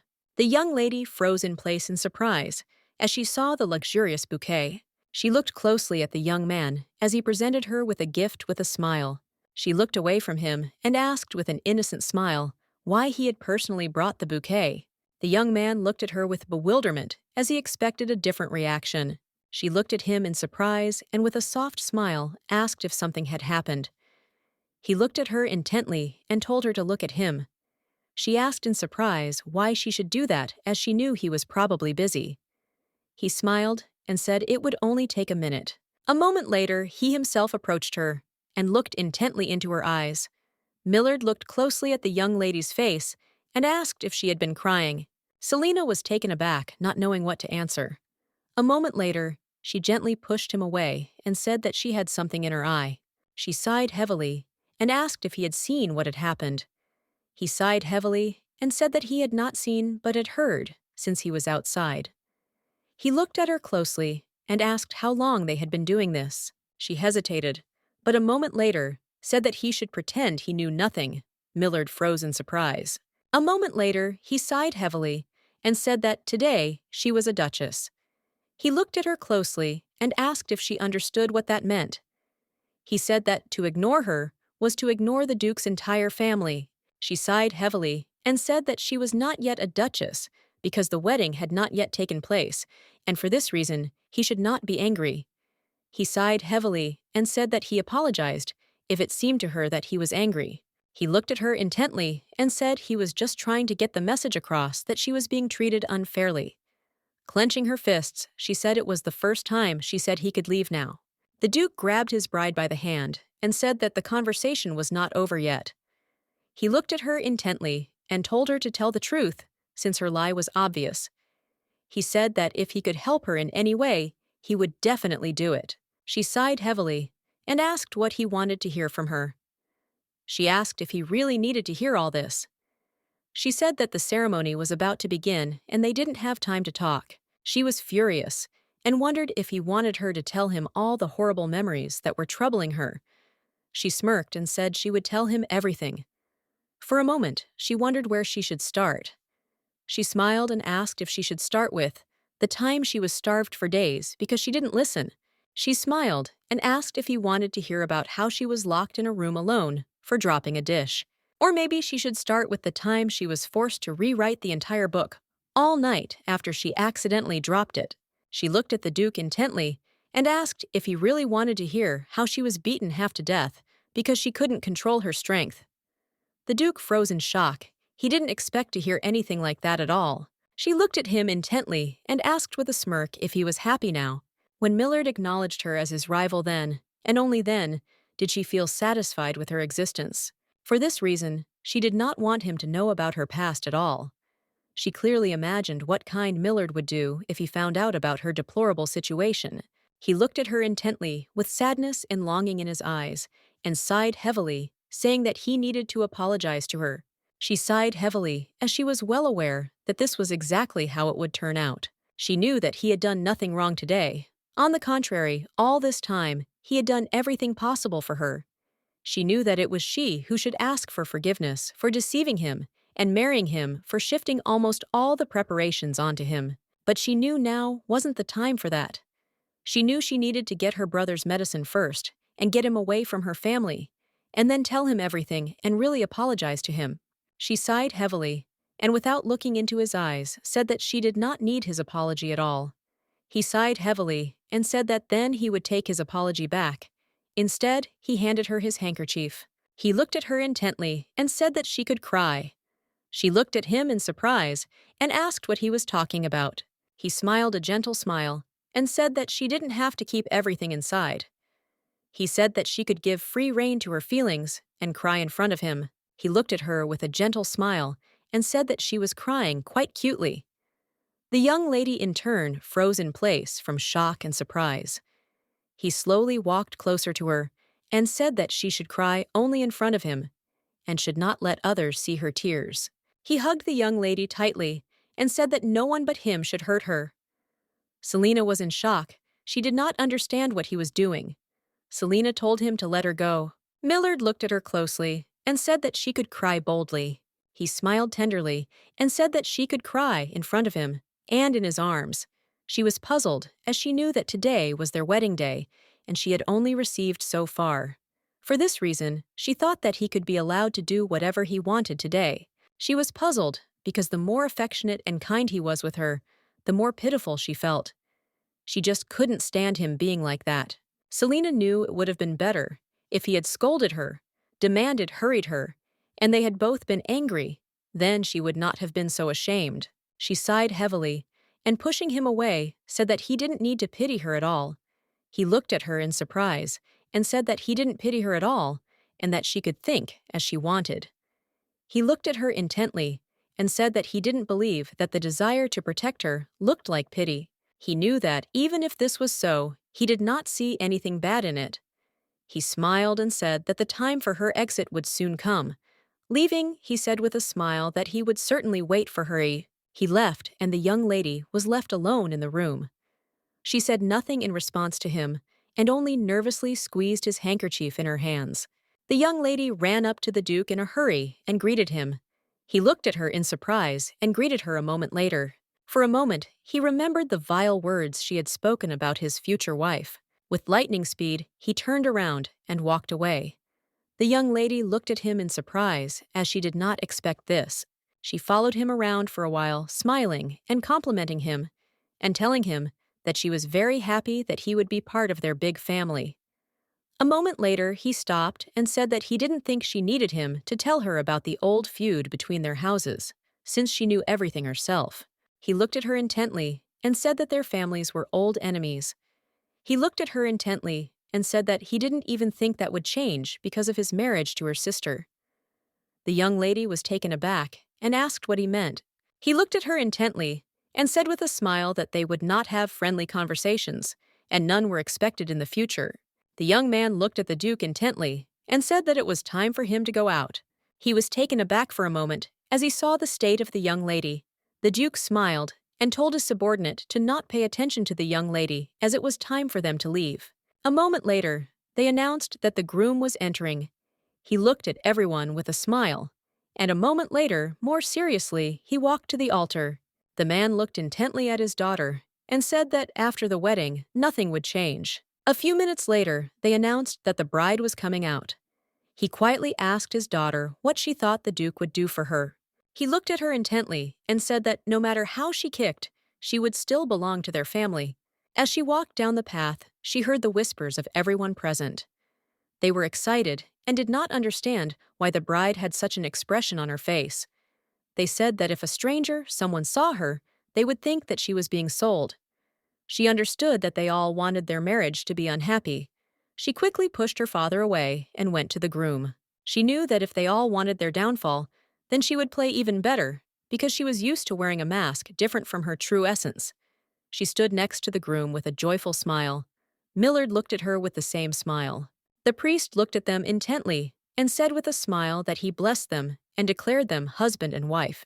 She learned that all that was left for them to do was kiss and walk under the arch. She knew that everyone looked at their marriage with suspicion and felt that something was wrong. She knew that this was not even surprising, because marriage with an enemy house is a good reason for suspicion. She knew that there was no need for their guess. The Duke looked closely at his wife and said with a smile that from now on, they would play the role of a happy couple in love. He looked at her intently and said with a smile that for this reason he should kiss her. A moment later, he kissed his wife with all his passion. For a moment, she froze in surprise, but knew what she had to do. Madame looked at her husband closely and said that the wedding had gone quickly. Maufra was very angry. He sighed heavily and said that it was because there were not so many guests. He did not know how many people had actually blessed this marriage. The lady thought for a moment and asked her husband if they could just let her go to the lady. They understood perfectly well that they needed her strength. He sighed heavily and said that she would not escape them because he had made a blood contract with her, an agreement that, in the event of a unilateral violation of the terms, could even result in the loss of life. She is obliged to return home several times a month on the orders of her father, and conscientiously help with the experiments in exchange for her father, allowing the marriage, and he will not stop treating her brother in her absence. Last night, they had made a blood pact with these terms. He knew that as long as this pact existed, she would never be able to escape from him, and he was very glad of it. She looked at her husband in surprise and asked why they needed a honeymoon. She shouted at him to turn the carriage around immediately. He looked at her intently and said that since they were in a hurry to get married, and their new house was not ready yet. She sighed heavily as she remembered that they had decided to build a new house. She said that they could drive up to his estate. He sighed heavily and said that he didn't want to do that since their guests hadn't left yet. He looked at his wife intently and said that they would have to endure their jokes and drink alcohol with them all night, and he did not like that at all. He said that she herself did not want to ask her father for a place to stay. The Duke sighed heavily and said that he did not want to see him again on their wedding day. She sighed heavily and said that the exam at the academy was not that difficult. He smiled and said that that exam was just terrible. She knew that after they had quarreled, they had not spoken so calmly. She was a little puzzled because the kinder he was to her, the more she felt the inferiority that was growing in her. She knew that he had loving parents and nobles who admired him, and he was also very handsome and in good health. She knew that he didn't have to take care of his younger siblings at all, and he didn't have any dirty secrets. She sighed heavily as she wanted to be a little more like him. He looked at her closely and with a gentle smile said that she had tried hard. She knew that she had done nothing at all, since he had taken care of the dress shoes and all other expenses for the wedding. And only thanks to him today, they were able to hold the wedding ceremony without any problems. She knew that it was all thanks to him. Selena looked at her husband closely and asked if she looked pathetic. She sighed heavily and told her husband that he was simply impossible. He looked at her intently and asked if she could restrain herself just for today, even with all her hatred for him. She sighed heavily and looking out the window, asked her husband, who told him that she hated him. She sighed heavily and said that she hated herself, not him. He froze in surprise. He looked closely at his wife as he did not understand why she looked so guilty. He didn't understand what her fault was. He wondered what kind of life she had lived, that she hated herself. Before he was irritated by the young lady's groundless hatred. He looked at her hard and told her to hate him more than she hated herself. He said she could blame him for her getting married and for everything that would happen in the future. He sighed heavily and looking at his wife, said that she should not take all the responsibility upon herself and she should not apologize or feel sorry at all. She looked at him in surprise and asked if this was all because he was her husband. He looked at her intently and said with a smile that everything was correct and that it was the duty of every man. Namely, he must take upon himself all the care of his wife. He looked at her intently and said that even her self-hatred should be directed at him, and that would be better. She sat quietly and looked intently at her husband without uttering a word.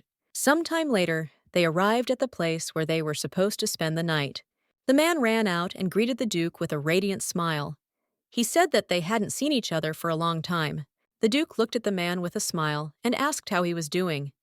The man smiled and said that thanks to the Duke driving away those scoundrels, he was doing well. The Duke smiled and said that he was glad to hear that. The man in turn looked sideways at the young lady. Millard asked his friend if he would show them into the house, was taken aback, and said that of course he would show them. He looked closely at the young lady and asked the Duke who she was. The Duke slowly embraced the young lady and looked at his friend with a smile. He introduced her and said that she was his Duchess. The man looked at the Duchess with a happy smile and greeted her and introduced himself. She looked at him intently and said that it was a pleasure to meet him. He looked at her with a smile and said that her voice sounded like the sounds of an angelic harp. The young lady looked at the man in surprise and was very embarrassed by his compliments. The Duke looked at his wife in surprise, wondering if she always responded to compliments like this. The man looked at the young people with a smile and told them to follow him. A moment later, he showed them where their room was. He said with a smile that he could see them off personally. The young lady froze for a moment in surprise. The Duke looked at his friend closely and said that he should not worry. A moment later, he looked at his wife and said that it was time for them to go. She did not flinch. He looked at her in surprise and called out. Selena looked timidly at her husband and asked if they would really share a room. Some time later, the young lady sat quietly in their room. She was a little nervous and uncomfortable. Selena wondered if they really needed to share a room. She sighed heavily and pulled herself together. She told herself that she had sworn to be patient and to fulfill her duties as a duchess. She knew that she should not back down at all, since this was one of her duties. She was puzzled and didn't understand why she was so nervous. She wondered sheepishly if her nightgown was too revealing. The maid looked at the young lady closely and said with a smile that this model was popular among newlyweds. Selena looked at her maid in surprise, but still thanked her with a satisfied smile. She sighed heavily and sheepishly told herself that she would take this as a test. A moment later, the young lady started as she saw her husband after taking a bath. He sighed heavily and said that he felt much better after the bath. A moment later, he froze in place as he saw his wife. She looked at him in surprise and asked what happened. He slowly sat down on the bed and said sideways that he had not seen her in a nightgown.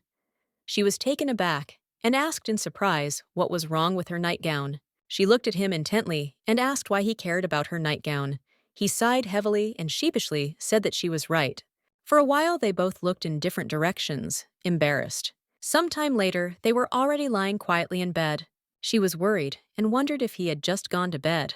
She sighed heavily and turned away from him because she thought she would die of embarrassment, but she was very tired and often thought that he would not be able to sleep next to her. A moment later, she looked at him intently and asked if he was asleep. The young man did not react to her words in any way. She looked at him closely and wondered if he was really asleep. She came closer to him and looked at him closely, as he looked like a sleepy person. She sighed heavily and looked at him with a smile, as she noticed that he had adopted all the best from his parents. Selina knew that his beauty was given to him by the late Duchess, and that he inherited the Duke's expressive eyes as well.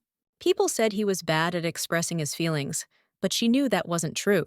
The way he looked at her was disappointment and boredom, but also sympathy and compassion. She was flattered that she was the only one who could sway the Duke. She knew that if he was asleep, she could look at him closer. The young lady slowly reached out to her husband, but a moment later froze in place in surprise as he opened his eyes. With the speed of lightning, he grabbed her hand and threw her on the bed. She looked at him in surprise and asked if he was really awake. He looked at her with a gentle smile and asked if it was possible to fall asleep when she was looking at him so intently. She looked at him excitedly and asked why he hadn't answered her. Then, Millard looked at her with a smile and said that he had just decided to see what she would do. A moment later, he kissed his wife with all his passion. She froze in surprise, but a moment later she responded to him. A few minutes after the passionate kiss, she pushed him away a little and said that they had to leave tomorrow. He looked at her closely and said with a smile that he knew it. A few minutes later, he began to kiss her all over her body with passion. The Duke in turn stopped and reached for the lamp. She was taken aback and, pushing him away, asked what he was doing. The Duke looked at his wife in bewilderment. He knew that on their last nights together, she had demanded that he not turn on the light. He had still complied with her demands, but today everything would be different. He knew that she was now his wife and he wanted to see her. The young lady was taken aback and asked him not to turn on the light. He looked at her tenderly and said that if she did not like the light, then he could close her eyes. The Duke slowly reached out to his wife and tenderly closed her eyes. She was taken aback and shouted that this was not at all the case. She in turn just wanted to close his eyes. She didn't want him to see her. The Duke was taken aback and stood frozen in place. She realized what he saw: her scars and bruises. He looked at her intently and asked who did this. She was shaking, and it was unbearably painful for her, from the fact that he saw her in such a state.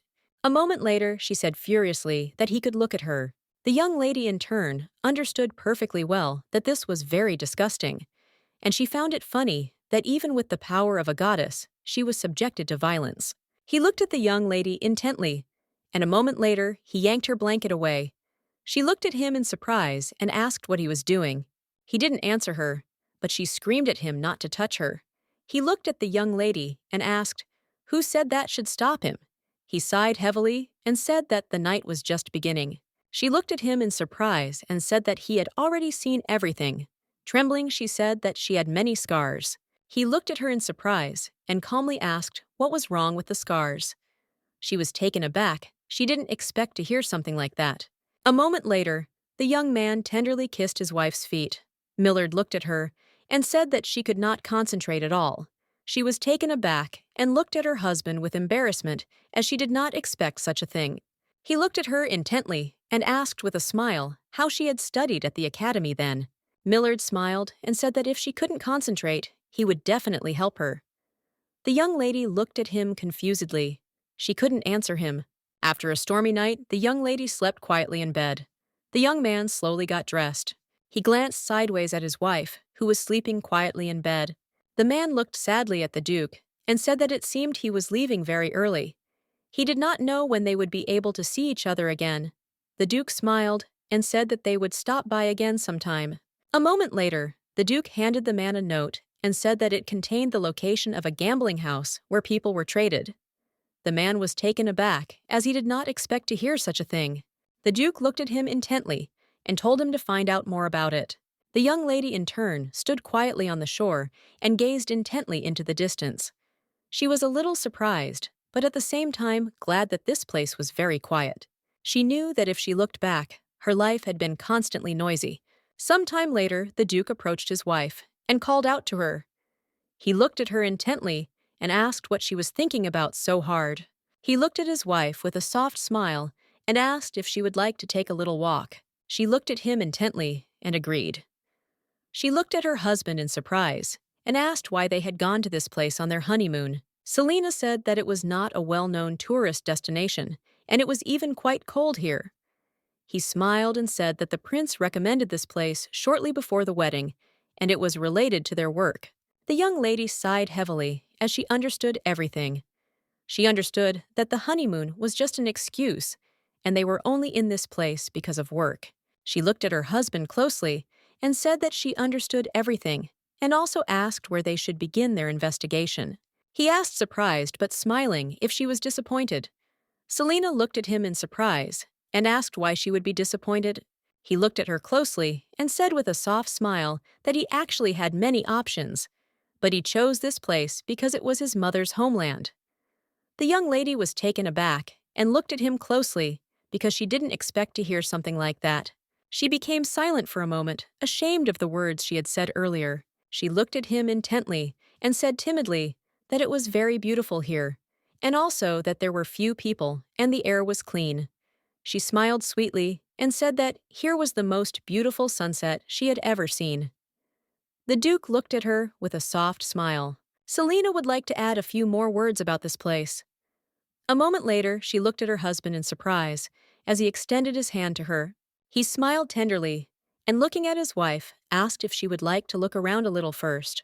Millard looked at his wife intently and said that after all, this was their honeymoon and they could forget about work for a while. The young lady in turn agreed with him. She slowly took his hand. Some time later, they were sitting in a nondescript establishment. The young lady looked around the area and said that there was a completely different atmosphere in the port. He smiled and looked at her and said that it was because there were people here. He sighed heavily and said that he would not give up on life even if the port was closed. She looked at him intently and said with a smile that it was amazing. He looked at her in surprise and asked what she was talking about. She was taken aback and asked if she had really said that out loud. He looked at her with a gentle smile and said that it was exactly like that.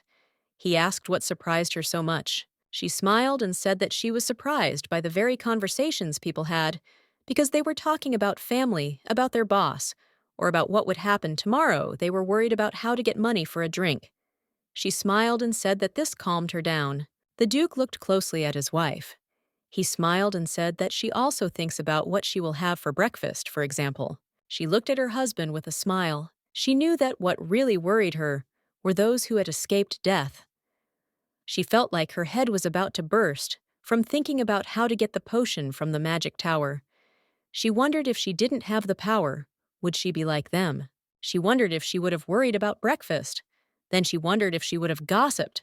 She wondered if she would have talked to her friends about men, too. It all seemed very ordinary and simple to her. She froze in place with embarrassment and wondered why she had imagined the Duke as her husband.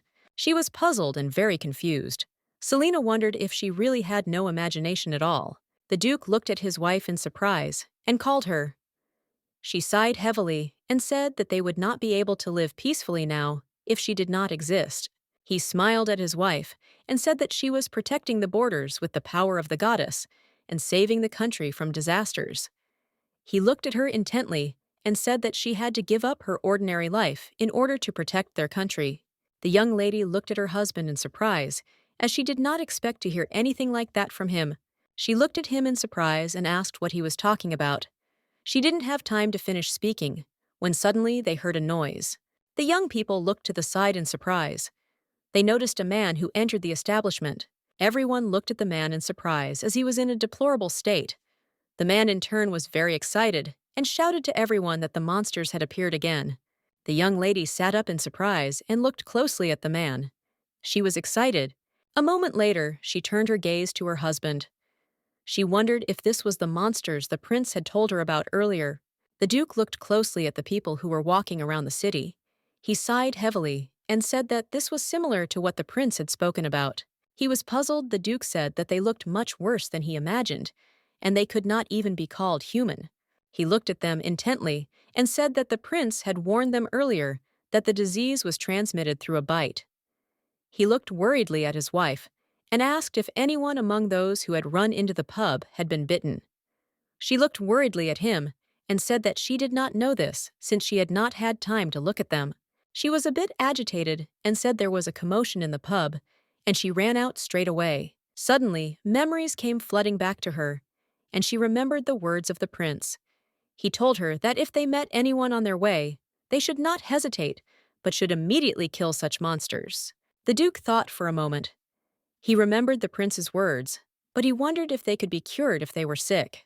A moment later, his thoughts disappeared as he heard his wife's voice. She looked at him excitedly and shouted that he should be careful. A moment later, a monster in the form of a man was already rushing towards him. With lightning speed, the Duke dodged the monster's attacks, and with ease struck him. The monster growled. The Duke sighed heavily, and looking at the monster, said that it looked like it would be difficult. He looked at his wife and shouted that the prince had ordered them to kill them on sight. He froze in place in excitement when he saw that she was rushing towards her husband, a monster. He was very surprised because he saw that she simply froze in place. The Duke shouted and called his wife, but she looked at the monster as if spellbound. The young lady froze in place. She was unable to do anything. The Duke screamed and called his wife. With lightning speed, he dealt with the monster and quickly ran to his wife. He looked at her excitedly and called out. He was very scared and asked her if she was okay, but the young lady was very lost. She could not answer anything. A moment later, he heard a noise in the distance and turned around. He was puzzled because he saw that the monsters were getting up again. He didn't understand how they could kill them. The lady, trembling with fear, said that these monsters must be attacked in the head. The Duke looked at his wife in surprise and asked what she was talking about. At the same time, the monsters quietly approached the Duke. The Duke looked at his wife in surprise and asked how she knew about this. The young lady cried out in alarm and called her husband. He looked at her in surprise because he did not understand why she was screaming like that. At the same time, the monster approached the Duke. With lightning speed, the young lady attacked the monster. The Duke stood frozen in shock for a moment as he watched everything that was happening. He froze for a moment, looking at the monster, as he realized that his wife's words were true. He saw that as soon as she attacked his head, he stopped moving. The young lady looked at her husband with fury and asked how he could turn his back on the monster to save her. Selena screamed that he should not do such a thing again. The Duke looked at his wife intently. He sighed heavily, and taking her hand, said that he could not promise this and she should not be angry. He looked at her intently and said that they didn't have time for this now. He sighed heavily and looking at the monsters, said that they needed to deal with them first. Millard sighed heavily and looking at the monsters, said that it was a complete nightmare. They stank of rot. He wanted to get out of this place as soon as possible, but he knew that they needed to conduct an investigation. He looked closely at his wife and asked what they would do next. He said that they could continue their investigation or go back. The young lady looked into the distance, worried, and said that he should wait a little. She looked closely at her husband and said that in the Tomback pub, the man who ran inside and called everyone for help was covered in blood and seemed to have been bitten. He looked closely at his wife and sighed heavily and said, "They seem to have started an investigation." He said anxiously that they need to hurry. The young man looked at the Duke intently and said that their knights had collected all the bodies that were on the streets and in the pub. The Duke sighed heavily and thanked the young man for his work. He looked closely at the assistant and asked how many bodies they had collected. He slowly glanced at the documents and said, puzzled, that a total of 49 bodies had been collected.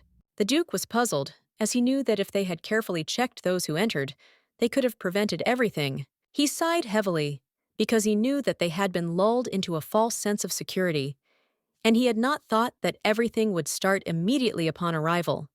In the end, in a small village, with a population of less than 349 died. He knew that this was without a doubt his fault. The man looked at the Duke intently and said that they needed to be burned as soon as possible, as there was a risk of the epidemic spreading. The Duke was puzzled, as he knew that those people who did not know the details might think it was the plague. He looked at the assistant closely and said that they needed to know who they were. The young man said that he had already instructed the village elders to look into the matter. The Duke looked closely at the young man and said that he was, as always, an indispensable assistant. The Duke thanked the young man again for his hard work, and a moment later, he said that he would finish the job himself. The young lady, in turn, slept quietly in the room after everything that had happened. The Duke entered the room and looked intently at his wife. He did not understand why she froze when she saw the monster. He was a little worried because he didn't understand why she looked into his eyes for so long as if she was communicating with him. The Duke was surprised and didn't understand how she knew that the monster's vulnerable spot was the head. The Duke realized that the monster that approached his wife moved differently than the one that attacked him. To Millard, it seemed as if the monster simply did not want to attack. He looked closely at his wife, as he could tell that she knew something about the ferocious monsters. He was puzzled and wondered what she was hiding. Millard looked at the young lady with an anxious look and asked if she really knew about everything. The young lady, in turn, woke up in horror from a terrible nightmare. She was agitated and anxiously called her husband. A moment later, she turned around and noticed that he was sleeping quietly next to her. She sighed heavily as she was glad that he was okay. She knew it was no simple epidemic, the smell that came from them and their reactions, as if they were dead. She didn't know how it all started. She was worried because she didn't know who could be involved in this whole story. The servants looked at the young men and greeted them. The Duke looked at them and thanked them for their work. He looked at everyone present and said that it was too late and they could postpone the acquaintance until tomorrow. The young man looked at the Duke and said that, although they had returned late, they would still have to postpone their rest for a while since a guest had arrived. The Duke was surprised since he was not expecting guests at such a late hour. The prince looked closely at the young people and said with a smile that they must have brought many interesting stories from their honeymoon. They looked at the prince in surprise. He looked at them intently and said that they should not make his expectations in vain. Some time later, they were sitting in the living room and talking. He smiled and said that the young people's house was very beautiful. He looked at the young lady intently and asked her how she liked the new house. He smiled and said that the Duke had worked very hard on it. She looked at him intently and said that he could not have come without something to do at such a late hour. The prince looked at the young lady with a smile on his face, for he expected nothing else from her. He smiled and said that he was sure that after the Duke, she was the second one who knew him best. He sighed heavily and said that it was finally time to go to the magic tower. The Duke looked at them intently and said that before they read the materials, he would like to say something. He looked at the young lady and said that during their investigation, he had learned the following. She slowly began to read the documents. He sighed heavily and said excitedly that those who escaped death appeared suddenly, and they did not die no matter how many he wounded. He glanced sideways at his wife and said that they had a vulnerability. He looked closely at his wife and said that their weak spot is the head, and they have already taken measures, and they are also carefully monitoring that information does not leak out. The prince sighed heavily and, looking at the Duke, said that he had no idea how he had done it.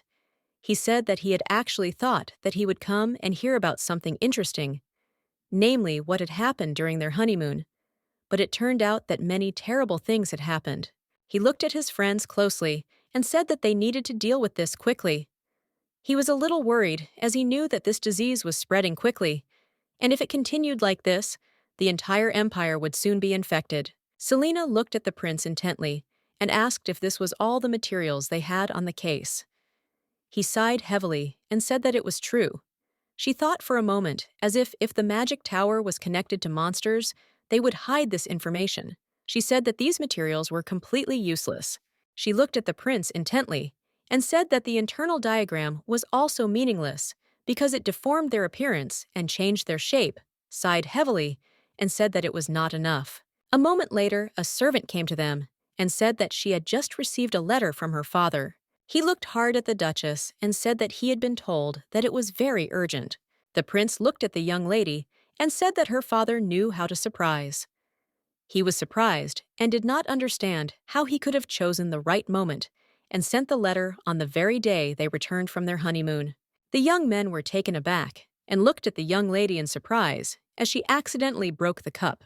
They looked at her intently and asked excitedly if she was all right. The young lady in turn trembled. With lightning speed, she stood up and, leaving, said that she would ask someone to clean up. The Duke looked at his wife with excitement and asked her to wait. The prince sighed heavily and said that all he had to do was just ring the bell. He looked at the Duke in surprise and asked if he had done something wrong. The Duke looked at the prince intently but said nothing. The young lady in turn slowly opened the door and looked closely to make sure no one was coming. She knew that everyone was already asleep, and she just needed to quietly walk to her room. The Duke looked at the young lady intently and said that it was too late.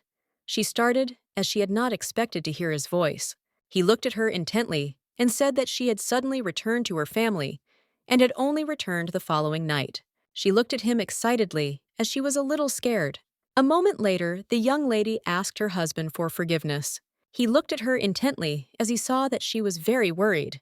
She looked puzzled and said that she knew that as a housewife she had a lot to do. She looked away from her husband and said that it would be better if they talked about it tomorrow. A moment later, she screamed as he suddenly picked her up in his arms. She looked at him in surprise and asked what he was doing, and also asked him to put her down immediately. He looked at her intently and told her that she should be quiet if she didn't want to wake everyone up. The young lady in turn looked at her husband with embarrassment, but did not answer. Sometime later, she was sleeping quietly in bed. She slowly opened her eyes to see if her husband was nearby. A moment later, she was taken aback as she saw her husband standing next to the bed and staring at her. She sighed heavily and said that they would talk about everything tomorrow.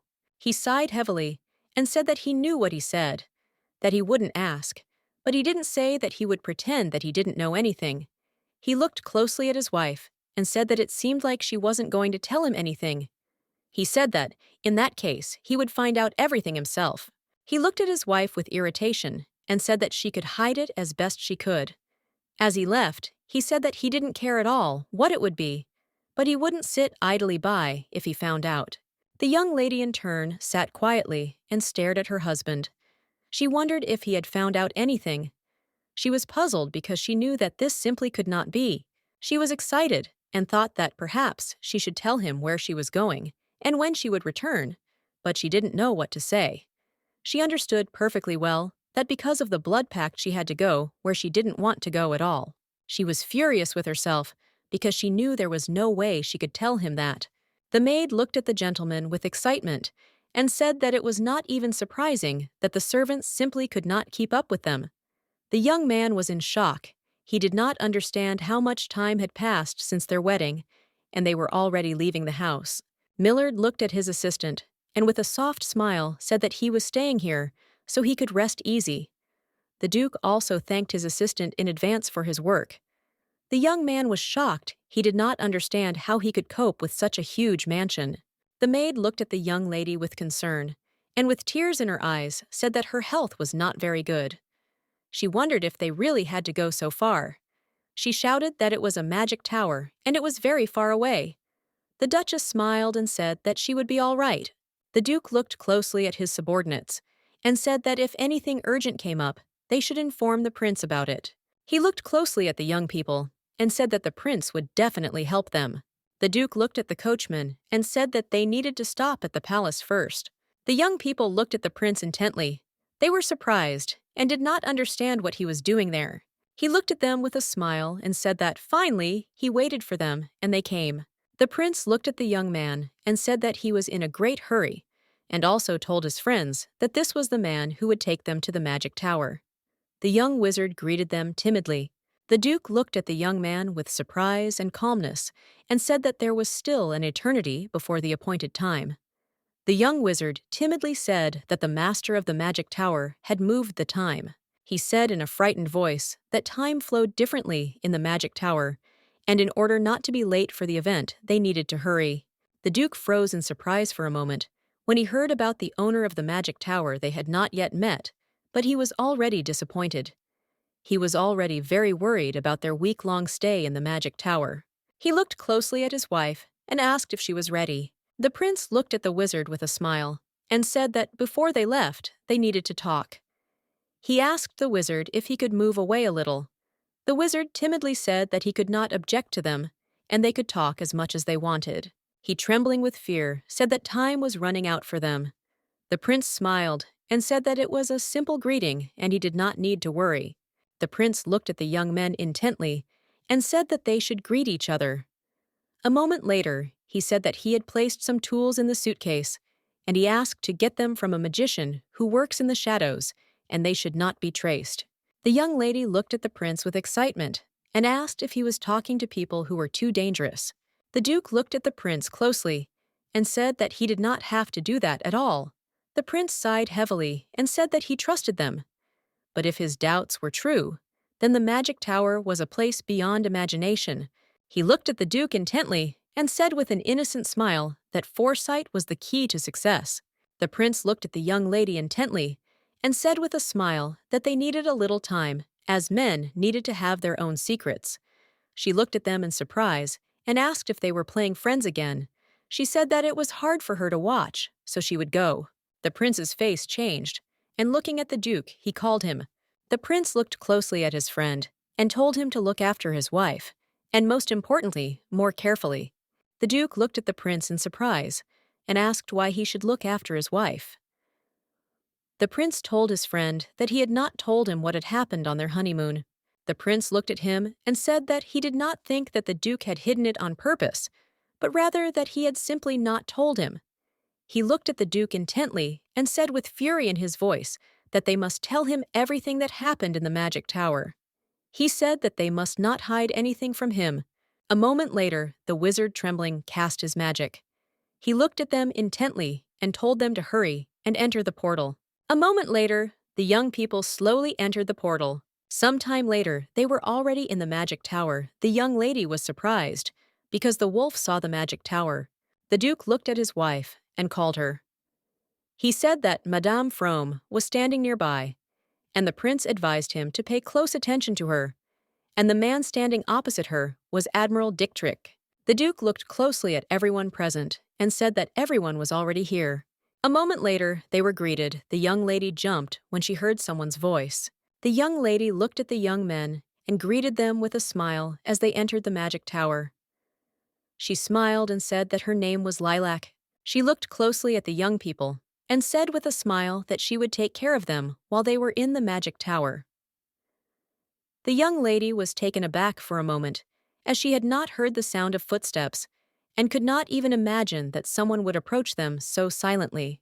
The lady handed them a small bell. She said that if they needed anything, they could ring it at any time. The duke, in turn, stood next to his wife, blocking her with his body.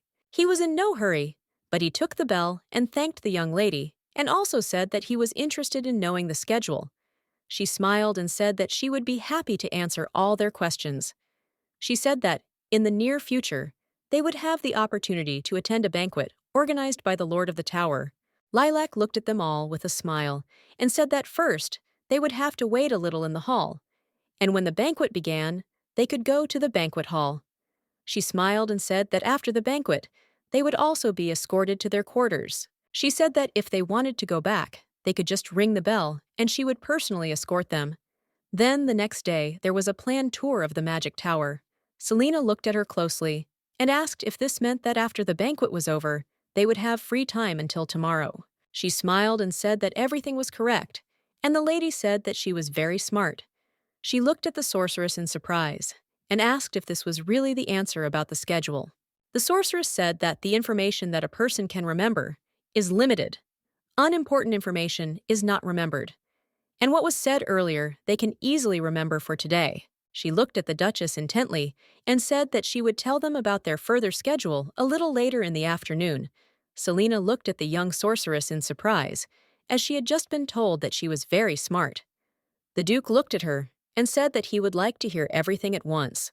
The sorceress asked the Duke for forgiveness and said that she could not do this, since this was the principle of their magic tower. And besides, there were certain rules that they must follow while they were here. They were not allowed to roam freely around the tower. She looked at the young people closely and said that they might be interested in the various magical places in the magic tower. But even wizards did not know all the spaces that were there. She said that if they got lost, they might never find their way back. Selena was taken aback as she did not expect this. The Duke stood between them again and looked intently at the sorceress. He said that he understood everything. Millard looked at Lilac and said that if she had nothing more to say to him, she could bring them a drink. Millard said they were in such a hurry that they didn't even get a cup of tea. Lilac sighed heavily and said that she would do everything now, and they needed to wait a little. Some time later, they sat waiting for the sorceress. The Duke looked at his wife closely and said that he understood perfectly well that she was very nervous about Togo, that everything here was suspicious. But he asked, how about Togo changing his expression a little? She looked at him in surprise. They're asking what he was talking about. He said that they had just gotten married, and they had to pretend to be a happy couple in love who had been invited to a magic tower, and so he felt that they should at least pretend a little. The young lady, in turn, glanced sideways at the sorceress, who slowly walked towards them with drinks. She sighed heavily and said that she would do everything now. The Duke looked closely at his wife and asked if she was out of the way. He asked if she could be at the banquet. The sorceress was taken aback and looked closely at them. The young lady said that as a guest invited to the magic tower, she could not simply not go to the banquet. He looked closely at his wife and said that if she asked the sorceress nicely, she would be taken to the room. She told her husband that she would wait, and therefore she would not embarrass the sorceress. The young sorceress was a little puzzled as they were beaming with love. Selena looked at her husband closely because she understood that he was a very bad actor. She looked at him lovingly and called out. He mentally said that it didn't make any difference now, but in turn he looked at his wife with embarrassment and called her. The young lady slowly approached the young men and, asking for forgiveness for interfering, said that she had accidentally overheard their conversation. She said that before the banquet began, they should greet the Lord of the Tower and rest.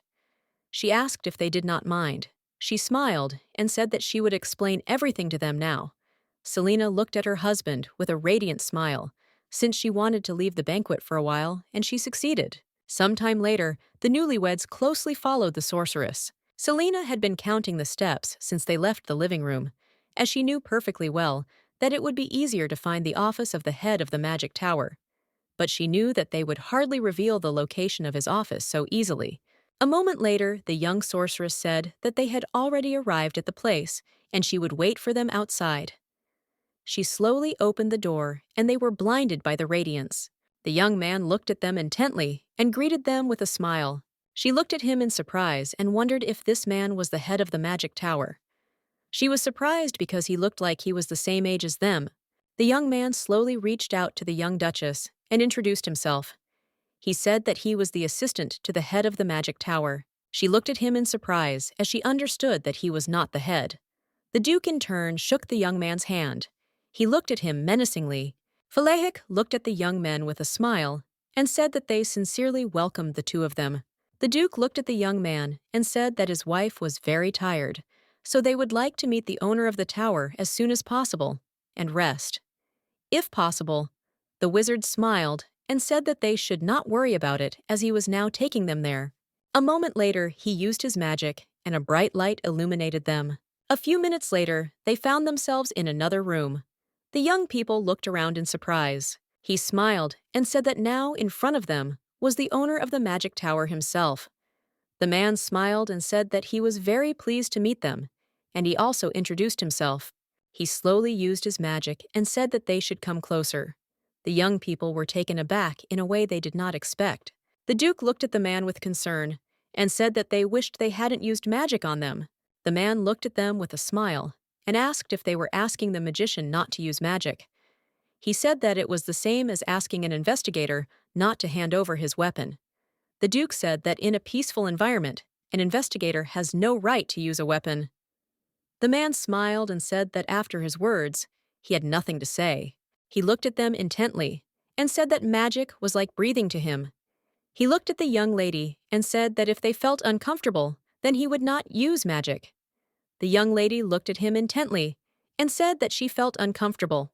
The wizard looked at the young lady intently and said that in that case he would restrain himself. He looked at them intently and asked if they didn't want to go to the banquet.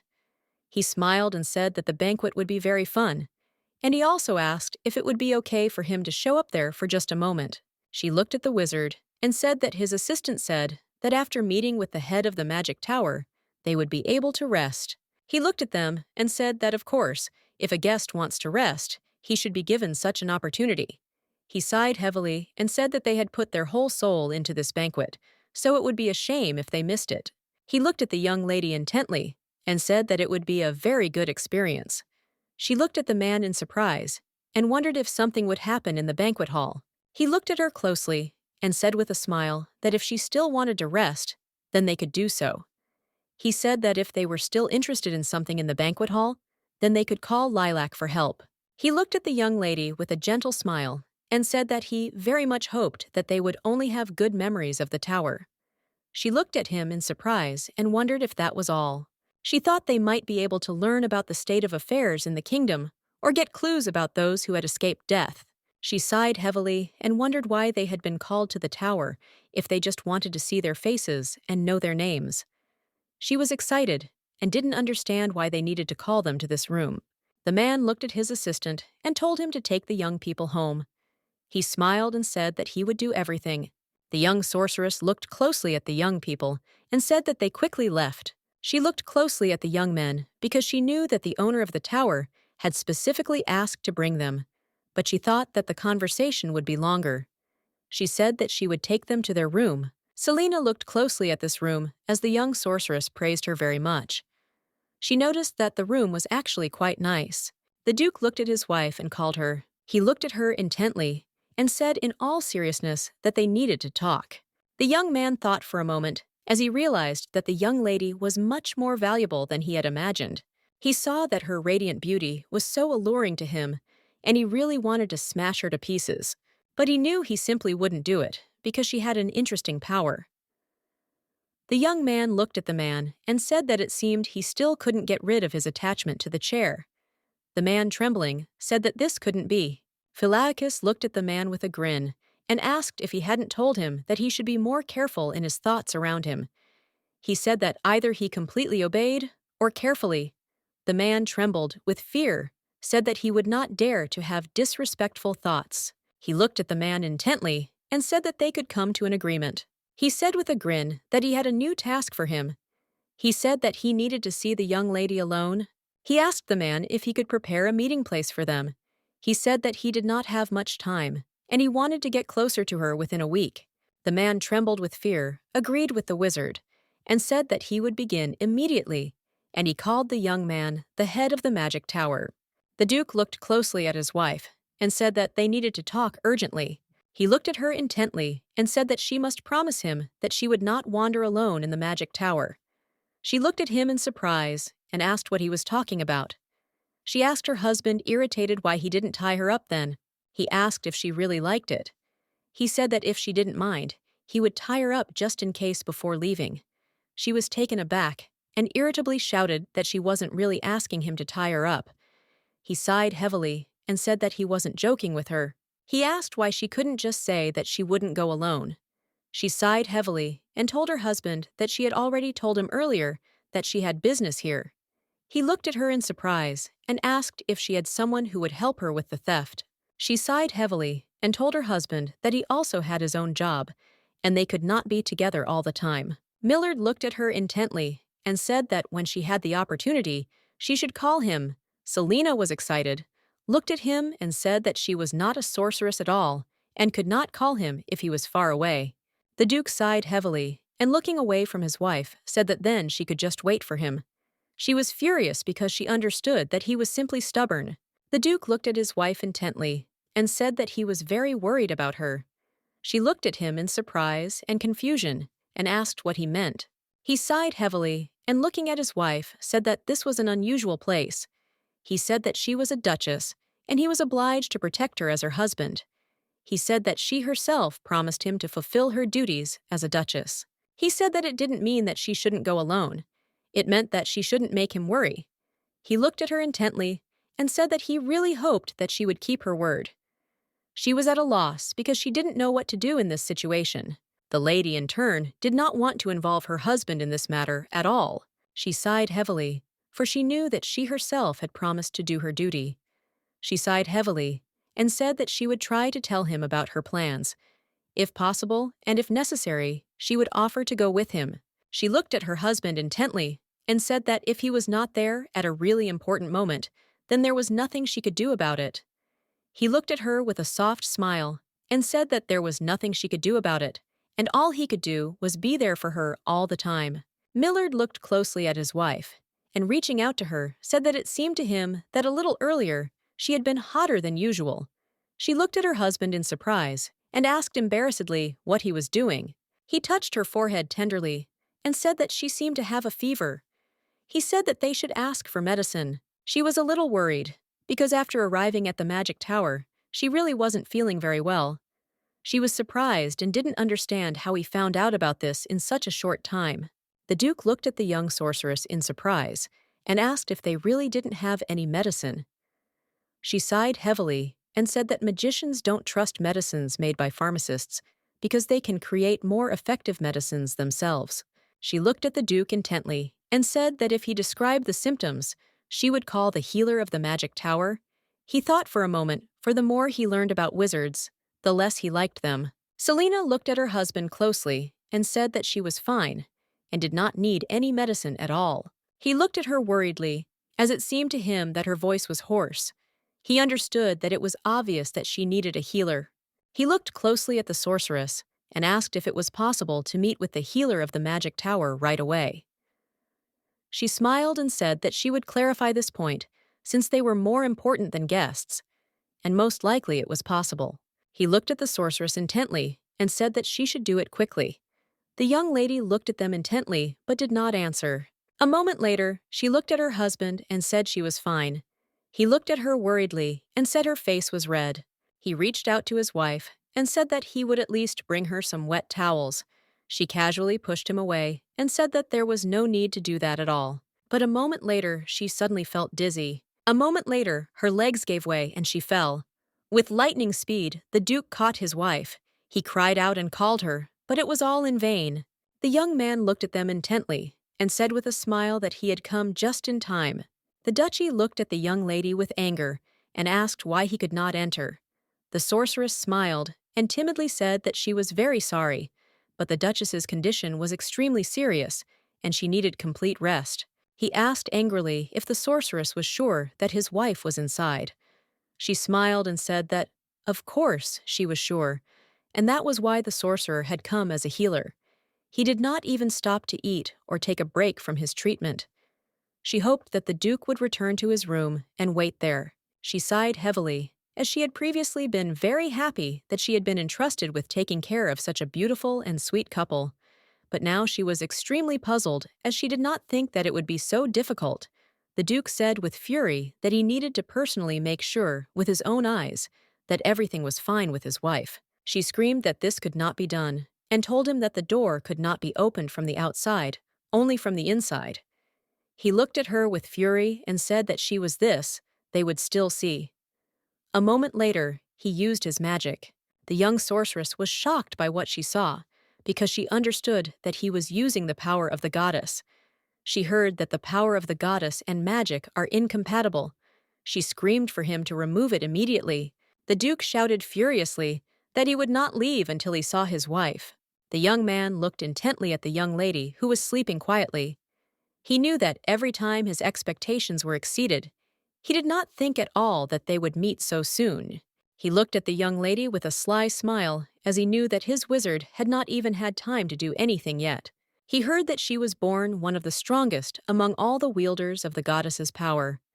He thought that this was most likely the reason why she was so sensitive to magic. The man looked at the head of the tower and asked if he needed to wake the young lady. He smiled and said that there was no need. He looked at him in surprise and asked if he didn't want to see her. He looked at the wizard intently and said that he wanted to see the young ice girl at all. He didn't want to talk to her. He knew that the look with which she looked at the wizard was very sharp. He didn't know what would happen if those enchanting eyes looked at him with the same look. He looked at the young lady with a smirk, as he already wanted to destroy them. The man looked at the head of the tower in surprise and asked what he said. He smiled and said that he had not called him at all, and that he should continue his work. A moment later, the wizard used his blood magic on the young lady. The tower leader slowly reached out to take the young lady's hand, but suddenly they were taken aback as they heard some noise.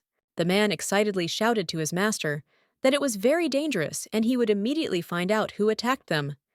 The head of the tower looked at the man intently, and I asked if he could leave now. He looked sideways at the man and said that he was officially the head of the magic tower. Phalaik said that he would personally handle this matter, and that he should hide now. He knew that there was no need to find out anything. He knew that, ever since the young lady was brought into the room in the corridor, the noise had not stopped. He understood perfectly well that in all likelihood the Duke himself was the culprit of the commotion. He thought for a moment and wondered if they were already on good terms, as he had heard that the couple had never gotten along. He thought it was very strange. He knew that the young lady was very sensitive to magic. He was surprised and did not understand why the Duke was okay. He wanted to find out from the other magicians about it later. He knew that he needed to take control of the situation right now. He slowly opened the door and froze in place in shock as he was engulfed in flames. The Duke in turn looked at the young man with fury. The young man looked at the Duke intently and said with a smile that the treatment was now over and he could go inside. And he also told the Duke that he had better put out the fire. The Duke in turn slowly put out the fire and everything returned to normal. The young sorceress looked at her colleague and asked for forgiveness. She said that she tried to stop him, but it was all in vain. He looked at her and said that everything was fine, and she did everything in her power. He looked at her intently and asked if it was enough for a magician to just do his best. He said that if she had put in all her efforts, there should be results. The young lady froze in place in surprise and shock. She did not know what to answer and was trembling with fear. A moment later, he came closer to her and quietly whispered that they would see each other in a few days in the Room of Silence. She froze in horror on the spot as she understood what he was talking about. Phalaik looked at the Duke closely and said that he had cast restoration magic on his wife to help her regain her strength and had made arrangements so that she could sleep peacefully. The Duke looked at him closely and said that it seemed like his skills must be very good. He smiled and said that rather he had many interests and responsibilities, and he simply could not pass by people who were suffering from pain. The Duke looked at him closely and said that he seemed to be in a very close relationship with the owner of the tower, even helping with the treatment. The Duke looked at the young man with distrust and asked if mere interest was enough to engage in healing and be the right hand of the head of the tower. He looked at the Duke intently and with an innocent smile said that if he was hinting at something, then he should not worry. He was puzzled and did not understand why he had to justify himself to the Duke at all. He was furious because he knew that it was not his style to justify himself to pathetic people, but he knew that in order to avoid suspicion, he had to do it. He knew that he needed to be closer to them, especially since he liked the young lady. The Duke thanked the man for his help. He looked closely at the young wizard and said that he would now like to return to his chambers. He said that he would now go and call the young sorceress. The wizard smiled and said that the young lady had left on behalf of the head of the tower. He looked at the Duke with a smile and said that he would accompany them both until she returned. The Duke, in turn, slowly picked up his wife in his arms and carried her into the room. The young man looked at them intently and said with a smile that it was time for them to go. Some time later, the young lady woke up. She sighed heavily as she realized that her husband was not having an easy time. She knew that she usually fell ill once a year, and it just happened yesterday. She was a little worried because she didn't understand why her body suddenly became weak and her temperature rose. She didn't know at all why this happened. She knew that it didn't matter at all. She looked around for a moment because she didn't see her husband. She understood that since her husband was not in the room, she could steal the medicine. The young lady thought for a moment as she remembered that he had told her that she had to promise him that she would not wander alone in the magic tower, as he was worried about her. She sighed heavily as she knew that she had already caused him a lot of trouble. She did not want to disturb him anymore. A moment later, she decided to take a look at the materials the prince had provided them. She wondered if the information given was comparable to what she had seen herself. She sighed heavily as she noticed that nothing matched. She knew that she would have to start from scratch. A moment later, Selena was taken aback as she heard some noise. She turned around and saw a young wizard. She was surprised as he entered the room without knocking. He looked at her intently and noticed with a smile that she was already awake. The young lady froze in surprise. She did not expect him to come to her. The Duke looked at the door in surprise as he realized that someone had entered their room. He was surprised and wondered who his wife was talking to so cheerfully. He wondered if it was really the one in the twice as magical tower, with whom she could talk so cheerfully. He walked slowly into the room. The young lady greeted her husband with a smile. She looked at him intently and asked if he had met the admiral. She smiled and said that the young man told her about it. The Duke froze in place in surprise, as he did not expect to see the young wizard. With his wife Falahik, looked at the young lady with a smile, and said that it was time for him to go. He looked at her intently and asked if she would take part in the evening reception. He slowly took her hand, and with a radiant smile, said that he would come to accompany them. A moment later, he tenderly kissed the hand of the young duchess. Selina was taken aback, as she did not expect anything like that at all. He looked at the young lady with a smile and said that since he was accompanying the nobles, he decided to try to imitate their manners. He looked at the Duke with a smile and asked if it was similar to their manners. The Duke in turn looked at the young wizard with fury. He looked at the young lady angrily and asked her, since when she had been close to the wizard. She looked at her husband in surprise, as she did not understand what he was talking about. She said that it was not a very graceful way of addressing her. He looked at her with his fury and said that he did not want to behave politely with a suspicious type. Selina looked at her husband closely and said in bewilderment that she had been told that he had gone for the admiral. She said that was the reason the wizard had come to her room. He looked at her in surprise and asked if they hadn't said that magicians would only come when they were called. She said that the other nobles did not protest and demanded the mages to help them since there were no servants. He knew that many of the nobles never put on clothes on their own. He understood that this was quite expected, since they could not stand the inconvenience, even for a few days. She looked at her husband closely and said that it was very surprising that the Tower of Mages accepted this, since mages are known for their pride.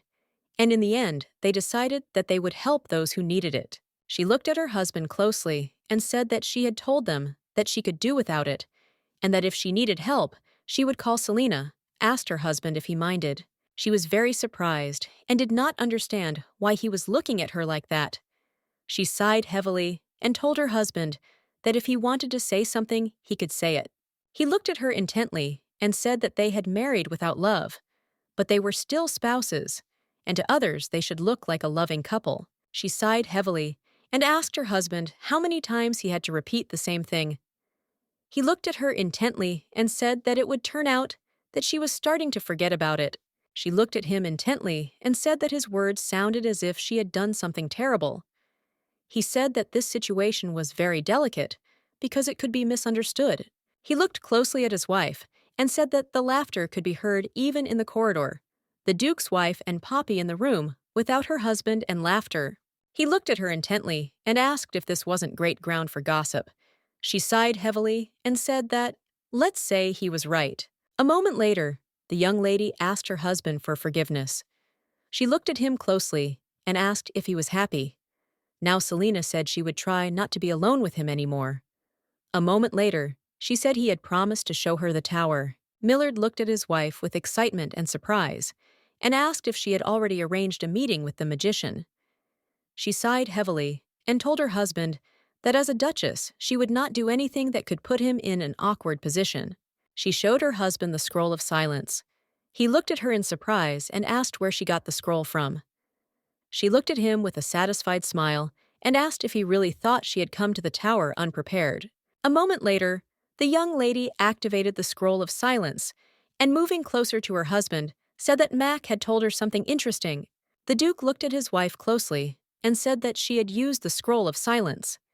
He looked at her closely and said that they were in the tower, and the scroll was only for peace, and there was no guarantee that it would work at all. She said that secret women's meetings were held in this tower. Selina said that these are unofficial women's parties that not many people know about. She said that she was just sure that she would find something there. Selina said that the banquet in the tower had started a week ago, and the dates on the invitations were different. And it was very interesting that the difference was not a few days, but the term was a whole week, and they were the last guests. Selina looked at her husband closely and asked what everyone else had been doing in the tower all this time. The Duke thought for a moment as he realized that the admiral had arrived at the tower a day before them. Millard knew that this was not a place that could be reached by horse or carriage. He knew that all the guests had been transported by magicians, and it was not a matter of distance. He wondered if this meant that the owner of the magic tower had decided the order in which the guests would arrive. He realized that the man did not look like a person who liked jokes or improvisation.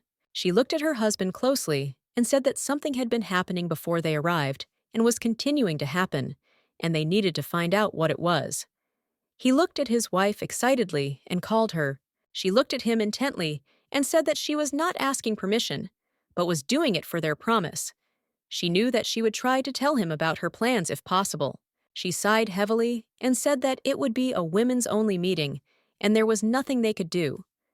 She said that if he wanted to join, he would have to dress up as a woman. The Duke sighed heavily and said that they could find another way. She looked at him and said that he just needed to know about it, and in the meantime, she needed to get ready for the reception. She said that they could hurry. He sighed heavily but said nothing. The Duke asked his wife if she was ready. The young lady, excited, shouted to the Duke to wait a little as she was unable to button her dress. She was a little nervous because she needed to zip it up, but she couldn't reach it herself. Selena sighed heavily as she understood that she would not have time to change her outfit. She knew that she would have to call Millard. Looking out of the room, she called her husband. He looked at her in surprise and asked what had happened. The Duke asked his wife if she was ready to go out. She sighed heavily and said that she was not ready because she had a problem. He looked at his wife in surprise and asked what the problem was. She sighed heavily and asked him to zip up the zipper. He looked at her in surprise and asked what that meant. A moment later, he realized that there was a zipper at the back of the dress. He said sheepishly that he was entering the room. She looked sideways at her husband and said that she thought her dress was stuck and she couldn't button it. She asked for forgiveness and said that she needed help. The Duke froze in embarrassment when he saw her bare back. She looked at him in surprise and asked why he was standing there. She said that he should button up her outfit faster. He sighed heavily and agreed with her. He slowly reached out to the young lady and touched her back. She called out to him shyly. He sighed heavily and told her to stand still. A moment later, the Duke began to fulfill his wife's request. She asked her husband sheepishly if he was finished. He sighed heavily and sheepishly said that he was almost finished. A few minutes later, he said that everything was now ready. She sighed heavily and thanked him. He looked at his wife and said that she could go first as he would change and come. She looked at him in surprise and asked why he should do that as he looked good. A moment later, Millard pushed her out of the room and told her to go. Selena, in turn, froze in the corridor, but was surprised and did not understand his behavior. Some time later, the young people slowly descended and went to the ball. A moment later, they heard someone calling them. The Admiral looked at them intently, with a smile on his face. He said that he was very glad to see them again. The Duke looked at him intently and said with a smile that he was very glad to see him, and also introduced his wife. Her Naledi said with a smile that it was a great honor for her to meet him, and she also introduced herself. The man looked at the Duke and said with a smile that it seemed that this was the same beauty he had told her about. He smiled and, looking at the Duchess, said that she was indeed beautiful, as he had heard. She was surprised that her husband had told her about her. She thought that it was all because they had to play the role of lovers. They chatted happily for a while. The young lady looked back because she heard someone talking. A moment later, she saw the owner of the tower himself. The Admiral looked at the man closely and said that undoubtedly everything at the banquet was wonderful. He smiled and said that he was afraid that when he left the magic tower, he would become twice as big because of all the wonderful dishes. The wizard looked at them intently and said that if they did not mind, he would like to discuss magical support in the naval battle they had spoken of earlier. The Admiral arrived at the tower to receive magical support in controlling the wind for naval battles. Supporting the magicians in the war meant direct interference in the politics of people. Everyone understood perfectly well that when the tower sent its people to war, the continent would plunge into bloody chaos. The Duke knew perfectly well that he had to keep a close eye on the relationship between the Admiral and the tower, and this was a direct order from the prince. He looked at them closely and agreed. He looked at his wife intently and asked if she could have some time alone. The young lady was taken aback, but a moment later said that he didn't need to worry about that. The wizard quickly approached them and looking at the young lady said with a smile that he would stay with her. She looked at the wizard in surprise, as she did not expect to see him. The Duke looked at the young wizard with fury and anger. He quickly looked at his wife and asked if she could return to the room. She looked at her husband closely and said that there were a lot of people in the room, and he didn't need to worry. Millard said that was exactly why he was worried. He said that everyone was looking at her. He looked at his wife intently and said that she should save her first dance for him. The young lady looked at her husband with embarrassment and agreed with him. She looked away from him in embarrassment, because she knew that even though it was a game, she was very embarrassed when he spoke. The wizard looked at the young lady and said that she was receiving a lot of love. She looked at him in surprise and asked if this was abnormal. He looked at Selena intently and said that their relationship did not seem normal at all. He said that there were very few aristocrats who married for love. The young lady thought for a moment, as she had previously thought that they were portraying an ordinary couple. He looked at the Duchess intently and said that since she could not dance and she did not enjoy food, he could show her the magic tower as he had promised her earlier. She thought for a moment. She remembered her husband telling her to be careful. She knew he was very worried about her, but she knew it was safe and she could protect herself. She smiled and said she was just starting to get bored. She smiled and said he could do her a favor. She looked closely, as it seemed to her that they had already walked along this path. She was very tired of the strange sights. She looked at the wizard intently and asked how much time had passed, as she thought it was time for them to go back. He smiled and asked if she wasn't interested. He said with a smile that he still had a few perfect seats left that would suit the Duchess. He asked how about taking a last look at it. He came closer to her and quietly said that he would like to take her to the ladies' room that he had told her about earlier. He looked at her with a smile and said that since she was tired, they could go back. The young lady looked at him intently and said that she would like to see her. Selena looked at the wizard intently and said that her husband would be extremely worried about her. He looked at the young Duchess with a smile and said that if she was worried that he would worry about that, she could look at the ball. He smiled and said that the Duke was now very busy in a serious conversation with their master of the tower. She looked closely at the magic ball and realized that he was really busy. She sighed heavily and said that they could just leave for a little while. He smiled and said that she wouldn't regret it, since all the girls really like it. She realized that he was showing the room to other women. She realized that he was friendly, not only with her. A moment later, the young man used magic and they began to move to another room. The young lady looked at her friend with a smile and said that she drinks the wonderful medicine every day, and her skin is improving every day. She smiled and said that her mother said that her age spots had noticeably disappeared. A moment later, they did not start discussing this product. The young lady looked at the young ladies in bewilderment and asked what they had. She was very much surprised and amazed as she saw that the girl was becoming younger from taking the drink. He looked at the Duchess with a sly smile and asked if it was not a beautiful sight. She froze in shock, as she had never seen anything like it before. Since ancient times, the desire to remain young has been a constant goal of those in power. There were plenty of people willing to give whole bags of money for youth. Those who promised to return youth often turned out to be scammers. Alchemists who sold the elixir of youth. The priests who promised to restore youth for generous donations were all swindlers, since it is impossible to turn back time, and it is also impossible to restore youth. The young lady was shocked. She did not understand how this was possible, since her skin and hair had all returned to their previous state. Selena looked at the girls in surprise and asked if this was an illusion. The wizard smiled and said that, of course it wasn't, since she had seen everything herself, and it was true. She thought for a moment and looked worried, saying that she had never heard of the magic that I used to restore youth. She said that even in myths, no one had the ability to rejuvenate or turn back time.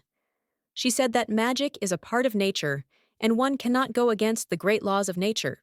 The wizard smiled and told the Duchess that it was not about returning youth. She looked at him in surprise and asked what he meant by that. A moment later, she froze in place as everyone stared at her. He smiled and said that it would turn out that they had been noticed and that they needed to move to another place. She was taken aback and looked at the wizard in surprise. Selena asked excitedly if she really shouldn't have come here. He smiled and said that only invited people could enter this room. She looked at him in surprise and asked why he had brought her to this room. Then he smiled and asked her why she thought he had brought her. A moment later, one of the ladies screamed and asked who was there. Selena flinched and froze in place. The young lady looked at them with fury and asked if they were invited too. She came closer to her with fury and asked how much the Duchess had paid to get into this place. Selena froze in place in surprise. A moment later, the wizard used his magic. The young lady was surprised and did not understand where they had disappeared. To Selena, looked at the lady in surprise. She did not understand what was wrong with her. The wizard smiled and said that he had hidden their presence. Selena looked at the wizard with surprise and indignation and asked why he did that. She looked at him with fury and said that if anyone found out that she had secretly entered such a room, then there could be problems. He smiled and said that the survey wanted to become her friend. He looked at her closely and said that they say the easiest way to get close is to share secrets. He smiled and asked if that wasn't true. She thought for a moment about what he said. He looked at her intently and asked if she didn't like him. She looked at him in surprise and said that it was not that simple. She was curious why he wanted to be friends with her. He looked at her with a smile and asked if there were any good reasons for friendship. He looked at her intently and with a beaming smile said that for this reason, he wanted to share an important secret with her. She looked at him and thought that it seemed he had no reason to lie. She wondered if he just wanted to win her affection. A moment later, she looked into the distance and saw several inconspicuous potions on the table. He smiled and said that she really had insight and could find treasures even among Trashfalahik, said that her potion was given away. It was a healing potion. He said that the elixir of youth does not exist, and this potion simply heals damage and restores parts of the human body destroyed by time. He pouted and said that if the broken leg healed, no one would say that time had turned back or youth had returned. She looked at him in surprise and said that gray hair and wrinkles were not a disease. He said with a smile that it all depends on how they define the disease. Moments later, he took the knife in his hands and cut his palm. He looked at the young lady with a smile. He looked at her intently and said that she should look at it carefully. He said that he would now demonstrate why this potion is called healing. Selena was shocked by this. He slowly poured the healing potion onto his hand. He looked at the young lady with a smile and showed her his hand. He laid it on and asked what she would say to that. The wizard smiled and said that this was a cure and it did not leave any scars at all. He smiled and said that the potion returns the body to its original permanent healthy state. He looked closely at the Duchess and said that to return to a full original state, this is the treatment. The young lady in turn thought for a moment and wondered if her brother was taking this potion. She wondered what would happen if her brother drank this potion. She was very interested in him as she hoped that he would make a full recovery. A moment later, the young lady called out to them. She was furious and did not understand why they were in the room without permission. The wizard was surprised as he realized that the spell hiding their presence had dissipated. He looked at the Duchess and said that it seemed that it was indeed time for them to leave. She looked at him in surprise and asked what he was doing. He looked at her with a smile and said that he was asking her to leave. He said that they would leave quietly as if they were not there. With the speed of lightning, he embraced the Duchess. She froze in surprise on the spot and could not utter a word. A moment later, the young man used his magic. After they moved to the Young League, she pushed him away and angrily asked what he was doing. He bowed with a smile and said that if there was noise, it would cause him a lot of trouble too. He said that if it upset her, then next time he would be more careful. He slowly approached her closer and quietly said that if she ever wanted to come back, she just had to let him know. The wizard grinned and said that he could always take her there. She shouted that if he dared to touch her again without permission, he would be in trouble. A moment later, the young woman and the Duchess were called by her husband. She was taken aback and looked at him in surprise. She froze and called out to her husband as she did not expect to see him in the corridor. He looked at the young people with fury. He was very angry because he saw that the wizard was touching his wife. With lightning speed, the Duke approached them and pushed the wizard away from his wife. He looked at the wizard with fury while slowly pulling his wife towards him. The Duke said that those who grew up and were educated in the Tower of Magicians apparently do not know what personal boundaries are. The young man looked closely at the Duke and asked with a smile how the conversation with the head of the tower had gone. The Duke said angrily that their conversation had gone well, and he also thanked them for their concern. He said that it was no longer necessary. The Duke said that the wizard should take them to the room. Millard looked at his wife with fury and said that she did not even hold out for a minute and immediately ran after the man. He shouted that they had just recently talked about how she should be more careful. He shouted that if anyone saw this, there would be gossip. She sighed heavily and said that she was very sorry. He looked at her closely and said that it looked like she had done something for which she should apologize. Selena looked at her husband closely and said that he was overreacting since nothing serious had happened. She said that they were just looking around the tower.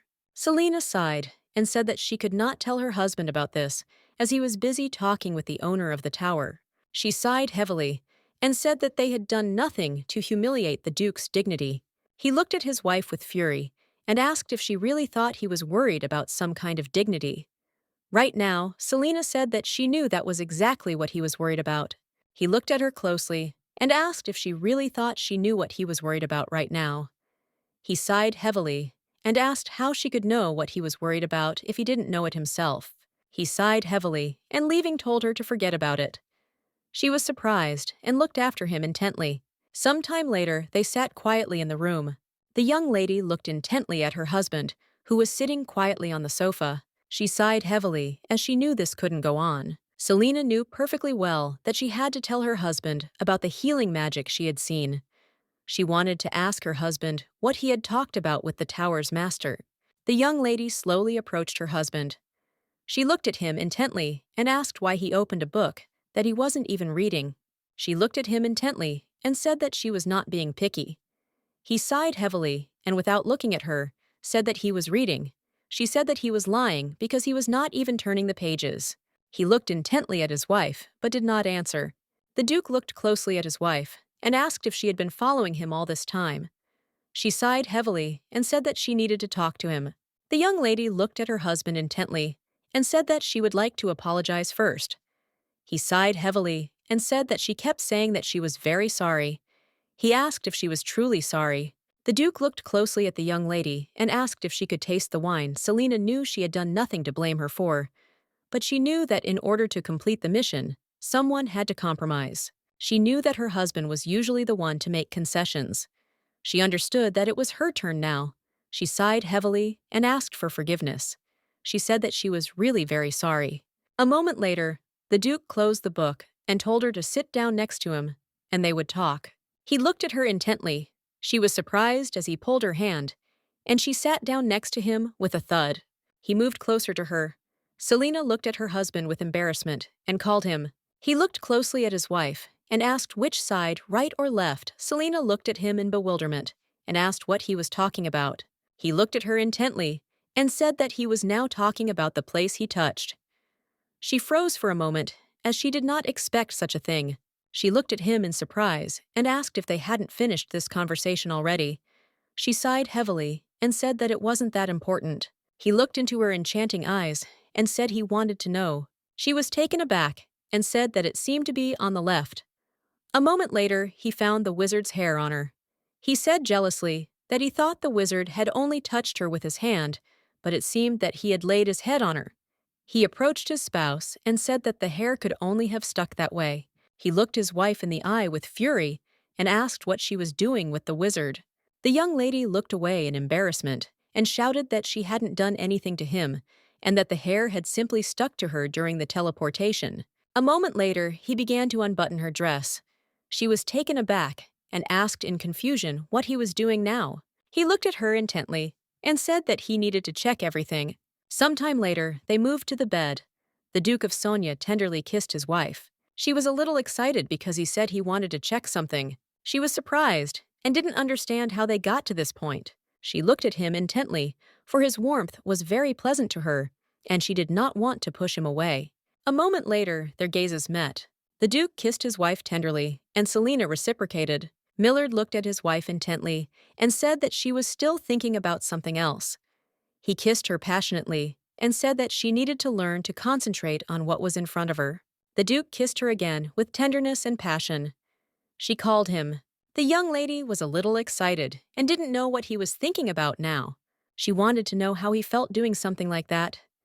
She wondered how she felt right now. She just wanted to end the fight with her husband and just calm him down. A moment later, the Duke called her, but she did not answer. The young man hugged the young lady tightly as he saw that she was ignoring his words. She froze in surprise for a moment, as she did not expect such a thing. A moment later, she pushed him away and wondered when his feelings had become important to her. She looked at him intently and told him to get off as she needed to talk to him. She looked away from him and asked if he had calmed down yet. Selena sighed heavily as she thought that she must have gone crazy to bother him again. She thought that it must have been the tower, where there was no one else but them. He sighed heavily and told his wife that he was not angry at all. He could not explain his feelings to her. A moment later, he asked with sadness in his voice what she wanted to talk to him about. Selena said that Filahik showed her something strange, and he gathered the ladies and sold them a potion. He was surprised because he did not expect such a thing. She said that the potion heals wounds instantly, and without a trace, they called the potion a cure, but the ladies used it to maintain youth and beauty. The Duke was excited, looked at the young lady, and said that it was simply impossible. She sighed heavily and said that she had seen it with her own eyes. He looked at her closely and said that maybe it was just an illusion. Selena sighed heavily and said that she knew he wouldn't believe her. She knew that ever since they arrived at the tower, he had been constantly watching her and trying to control her every move. She knew he was following her because he thought she might have made a mistake. She was puzzled because he never trusted her. He looked at his wife with alarm and said that she should not look for clues because it was simply impossible. She sighed heavily and said that just because something was impossible didn't mean it couldn't happen. Selena said that just like their marriage, it was entirely possible that there was a thing that could bring back youth. He looked at her intently, asking if she really thought their marriage was such a bummer. She said that if he didn't trust her, he could go and see for himself. He looked at her in surprise and asked what she was talking about. He looked at her excitedly and asked if she knew how to get there. She smiled a sly smile and looked at her husband. She said that she was not that stupid. She asked her husband if he remembered the fairy tale where the characters scattered crumbs so as not to get lost. The young lady looked at her husband and said with a satisfied smile that she had done something similar. She showed him the small bottles and said that she had used magic dust made from her hair, and only she could see it. She looked at him closely and with a satisfied smile said that now he could just trust her and follow her. The Duke in turn slowly followed the young lady. She turned the corner with a victorious smile. He looked at her closely and smiled himself as he had not seen her so happy for a long time. He wondered if he should just take her word for it. They doubted. He said with a smile that they should go together. Moments later, he froze in place in surprise as he saw that his wife was not there. He called her in surprise, but it was all in vain. She smiled and told her husband to listen to her. She said that she just couldn't do anything about it. She smiled contentedly and told him to wait a little while, and she would show him that this product existed. She turned around excitedly because he didn't answer her. The young lady was very worried.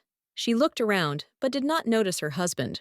She looked intently at the corridor along which they had walked together a few minutes ago and called her husband, but he did not answer. She was very worried because she didn't understand where he had gone.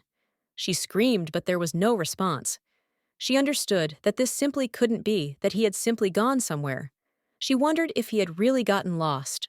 She remembered the words of the young sorceress. Earlier she told them that they cannot wander freely around the tower, since even the sorcerers themselves do not know all the spaces that were there. She sighed heavily because she understood that if this space of the tower was distorted, then she was lost. She wondered if she would never be able to go back. She was very worried that they would never see each other again. Selena sighed heavily. She knew that she needed to collect her thoughts. She understood that she had to find her husband and return to him. At the same time, the Duke stood quietly near the wall, where he lost his wife. He sighed heavily and called her, but it was all in vain. He was very agitated as he understood that most likely, due to the distortion of space, he lost sight of her. He was very afraid that she could simply get lost and end up in some dangerous place. He hoped that she would not look for him and would simply return to the room. He wondered if she had already done so. He sighed heavily and asked himself in confusion if he had really offended her. He was very sad because he did not know the answer to his question. The tower, which did not provide useful information, its owner who held him back, everything seemed very strange to him. The magician who constantly pursued his wife, and the tower itself, which changed space, all this irritated him very much. He sighed heavily, knowing full well that he would eventually have to use some of his supplies. At the same time, the young lady was running through the corridors of the tower. She called out for her husband with fury, as she did not understand where he was. She wondered if he was stuck in the tower forever. She was very worried and confused, because she knew that if anything happened, she would only have herself to blame. She was very worried, and thought that he simply shouldn't have been invited. She knew that she shouldn't have married him at all. She hoped that he would be safe. A moment later, she heard some noise in the distance. The young lady slowly turned around and looked down the corridor. She was excited and did not understand what she heard. It seemed to her that someone was in the corridor and someone needed help. Selina slowly walked to the door from where the noise was coming. She slowly entered the room as she thought that was where the long sound was coming from. Selina was worried, as it was too dark there, and she could not see anything. She didn't understand where she was at all. Suddenly she heard someone calling her. The sorceress looked intently at the Duchess and asked if it was she. She froze in shock. She looked tremblingly at the young sorceress who was on the wall. The sorceress sighed heavily as she saw the Duchess in front of her. She was excited. She did not understand how she got to this place. The sorceress knew that the Chamber of Silence for the punishment of magicians was known only to a few, and those who knew about it were forbidden to talk about it. She was surprised and did not understand how an ordinary person like the Duchess could end up in such a place. The sorceress knew perfectly well that if anyone caught the Duchess, she would be in big trouble. She looked at the Duchess intently and told her to run away from the room immediately. She was shocked because she knew that the Duchess was frozen. Lilac screamed at the young lady to wake up immediately. She was excited and understood that they would all die. She did not understand how it happened. At the same time, the Duke entered their room. The young lady looked at the Duke in surprise. He turned around and said it was him. He froze for a moment in surprise. He was surprised because he didn't expect to see something like this. The sorceress furiously screamed at the Duke to take his wife and leave immediately. The Duke quickly approached his wife and called her. He was very excited and frightened. He asked her if she was okay and if she was hurt. He shouted to his wife that it was very dangerous here. He shouted that she should stay close to him. Selina quickly fell into her husband's arms. He was taken aback and froze in surprise on the spot. He looked closely at his wife as he realized that she was trembling with fear. He said that they must go back. The Duke looked intently at his wife, who sat quietly. He slowly walked closer to her and called her. He was very worried about her condition. She sighed heavily and said that they needed to go back to this room, as she thought that they needed to save the sorceress who had become a test subject. He came closer to her and told her to speak quietly. The Duke said that they could not interfere in such matters. Now Selina was agitated, said that she could die. She asked if he really didn't care that a person could die. She screamed that if he couldn't help her, then she would save her herself. He looked at her intently and calmly said that if they were shrinking now, they could lose everything. He said that she shouldn't forget why they were. The Duke looked at the young lady sharply and said that they must proceed with caution. She puzzled said that he simply had not seen it. She said the young lady couldn't move and was being exploited. She said that the sorceress was in pain and he did not see it. He sighed heavily and said that he saw it. She looked at him with fury and asked how he could remain calm after seeing everything. He was silent for a moment, not knowing what to answer.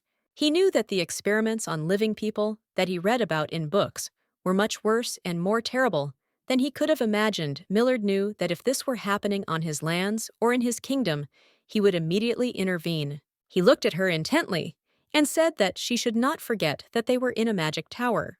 He said that experiments on living people were an organized and carefully planned action, and only the head of the tower could lead it. He looked closely at his wife and said that the head of the tower knew about it for sure. Selina sighed heavily and told her husband that he was right. He looked at her puzzled and said that something like that could very well have happened in the Tower of the Magicians. He sighed heavily and told his wife to remember where they were going before finding the place she found. He looked at her worriedly and said that frankly they had no other choice and they should just rest today. The young lady slowly opened her eyes early in the morning. She looked at her husband and called him. He looked at her in surprise and asked if she was awake. For a moment, she remembered what she had seen and felt sick. She looked closely at her husband and asked if what had happened yesterday had been a dream. He sighed heavily and said that it had not been a dream.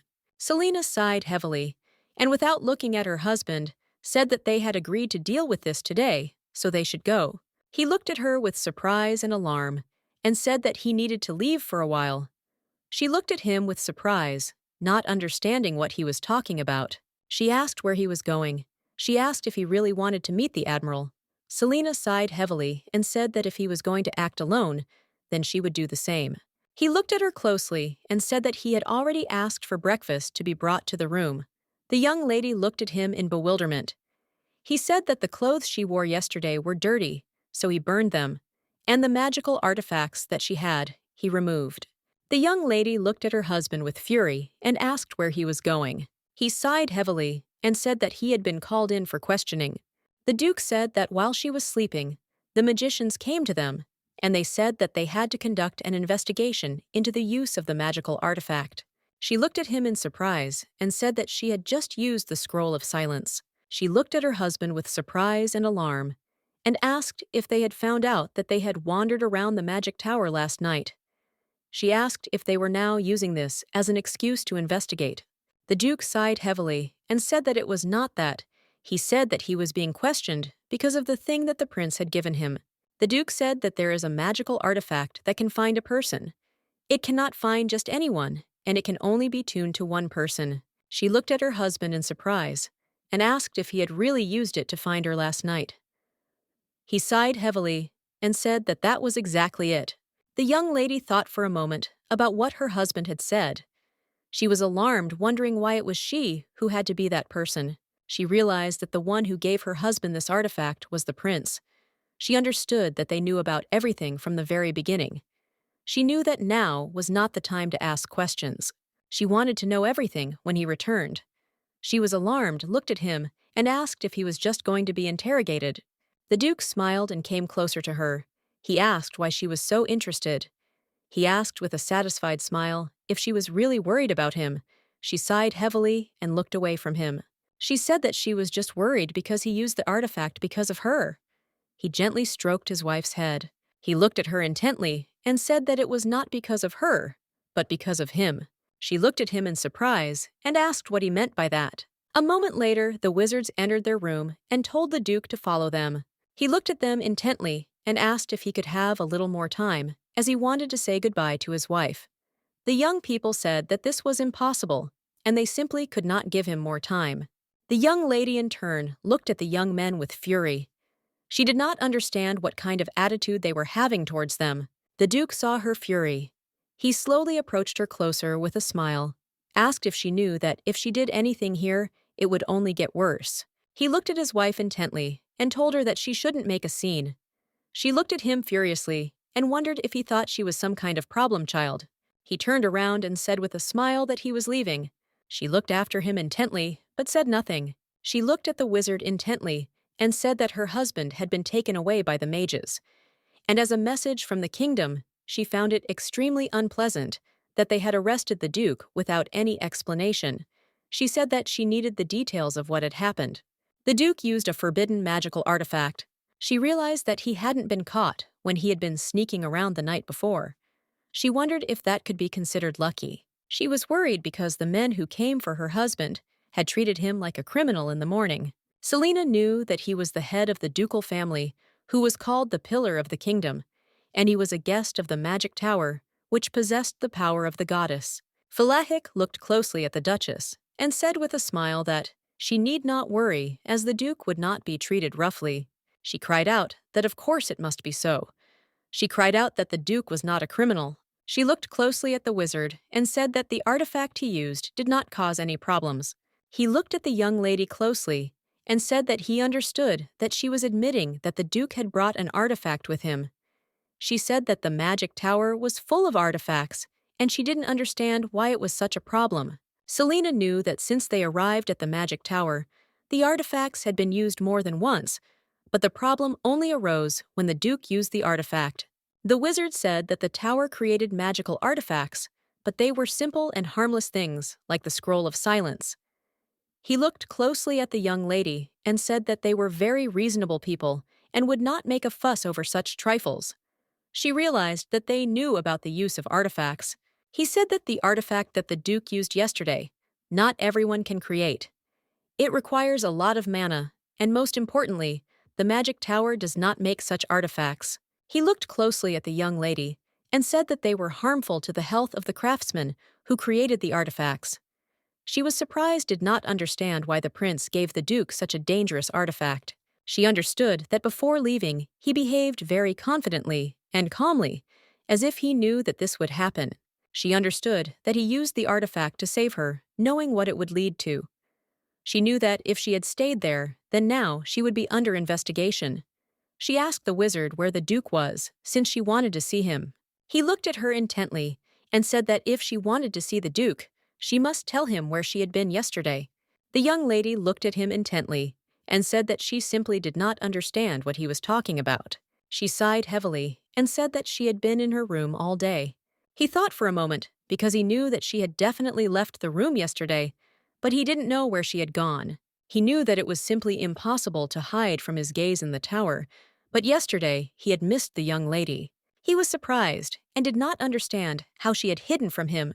She looked at her husband worriedly and asked what had happened. She wanted to know where he had been all day.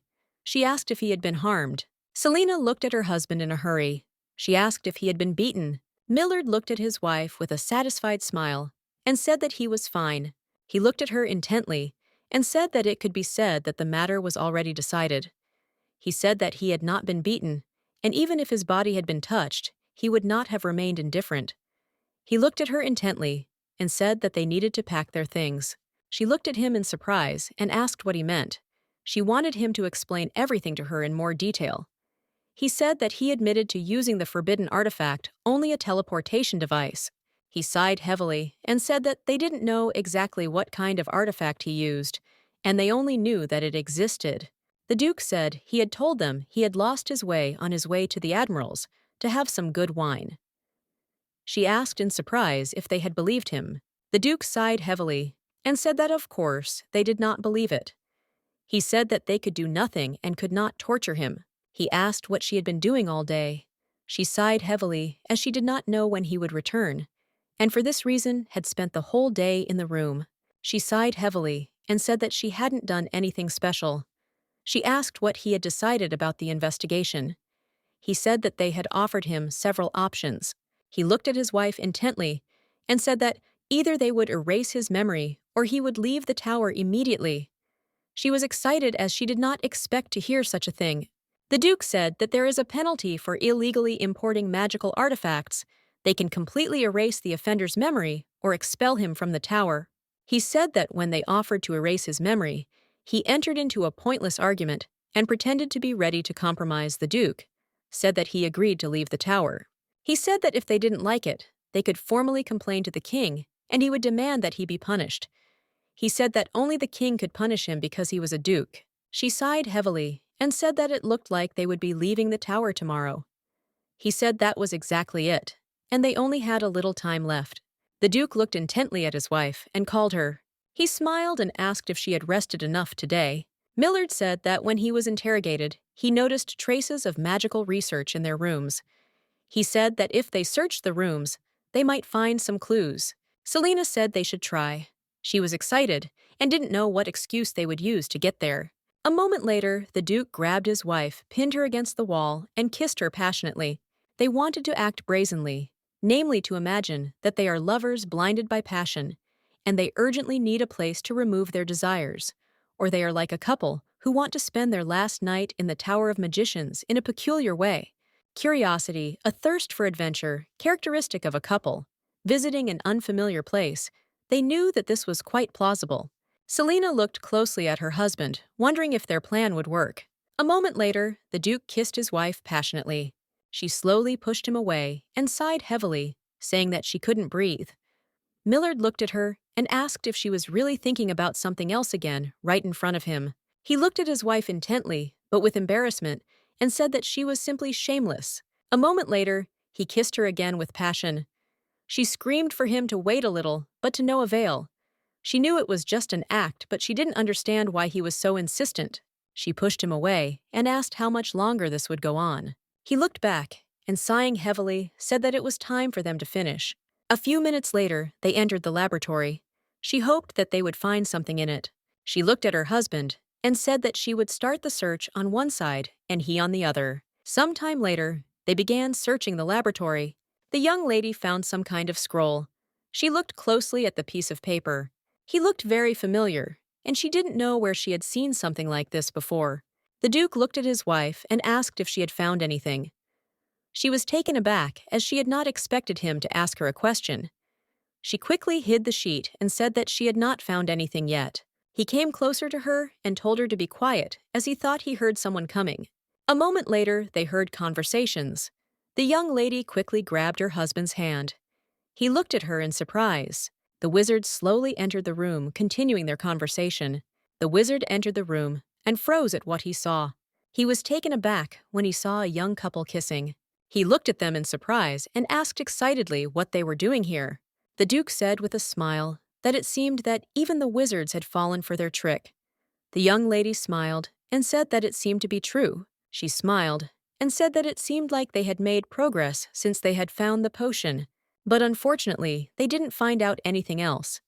He sighed heavily and said that they had little time. He looked at his wife with a smile and said that even this would be enough, since the potion was not easy to obtain.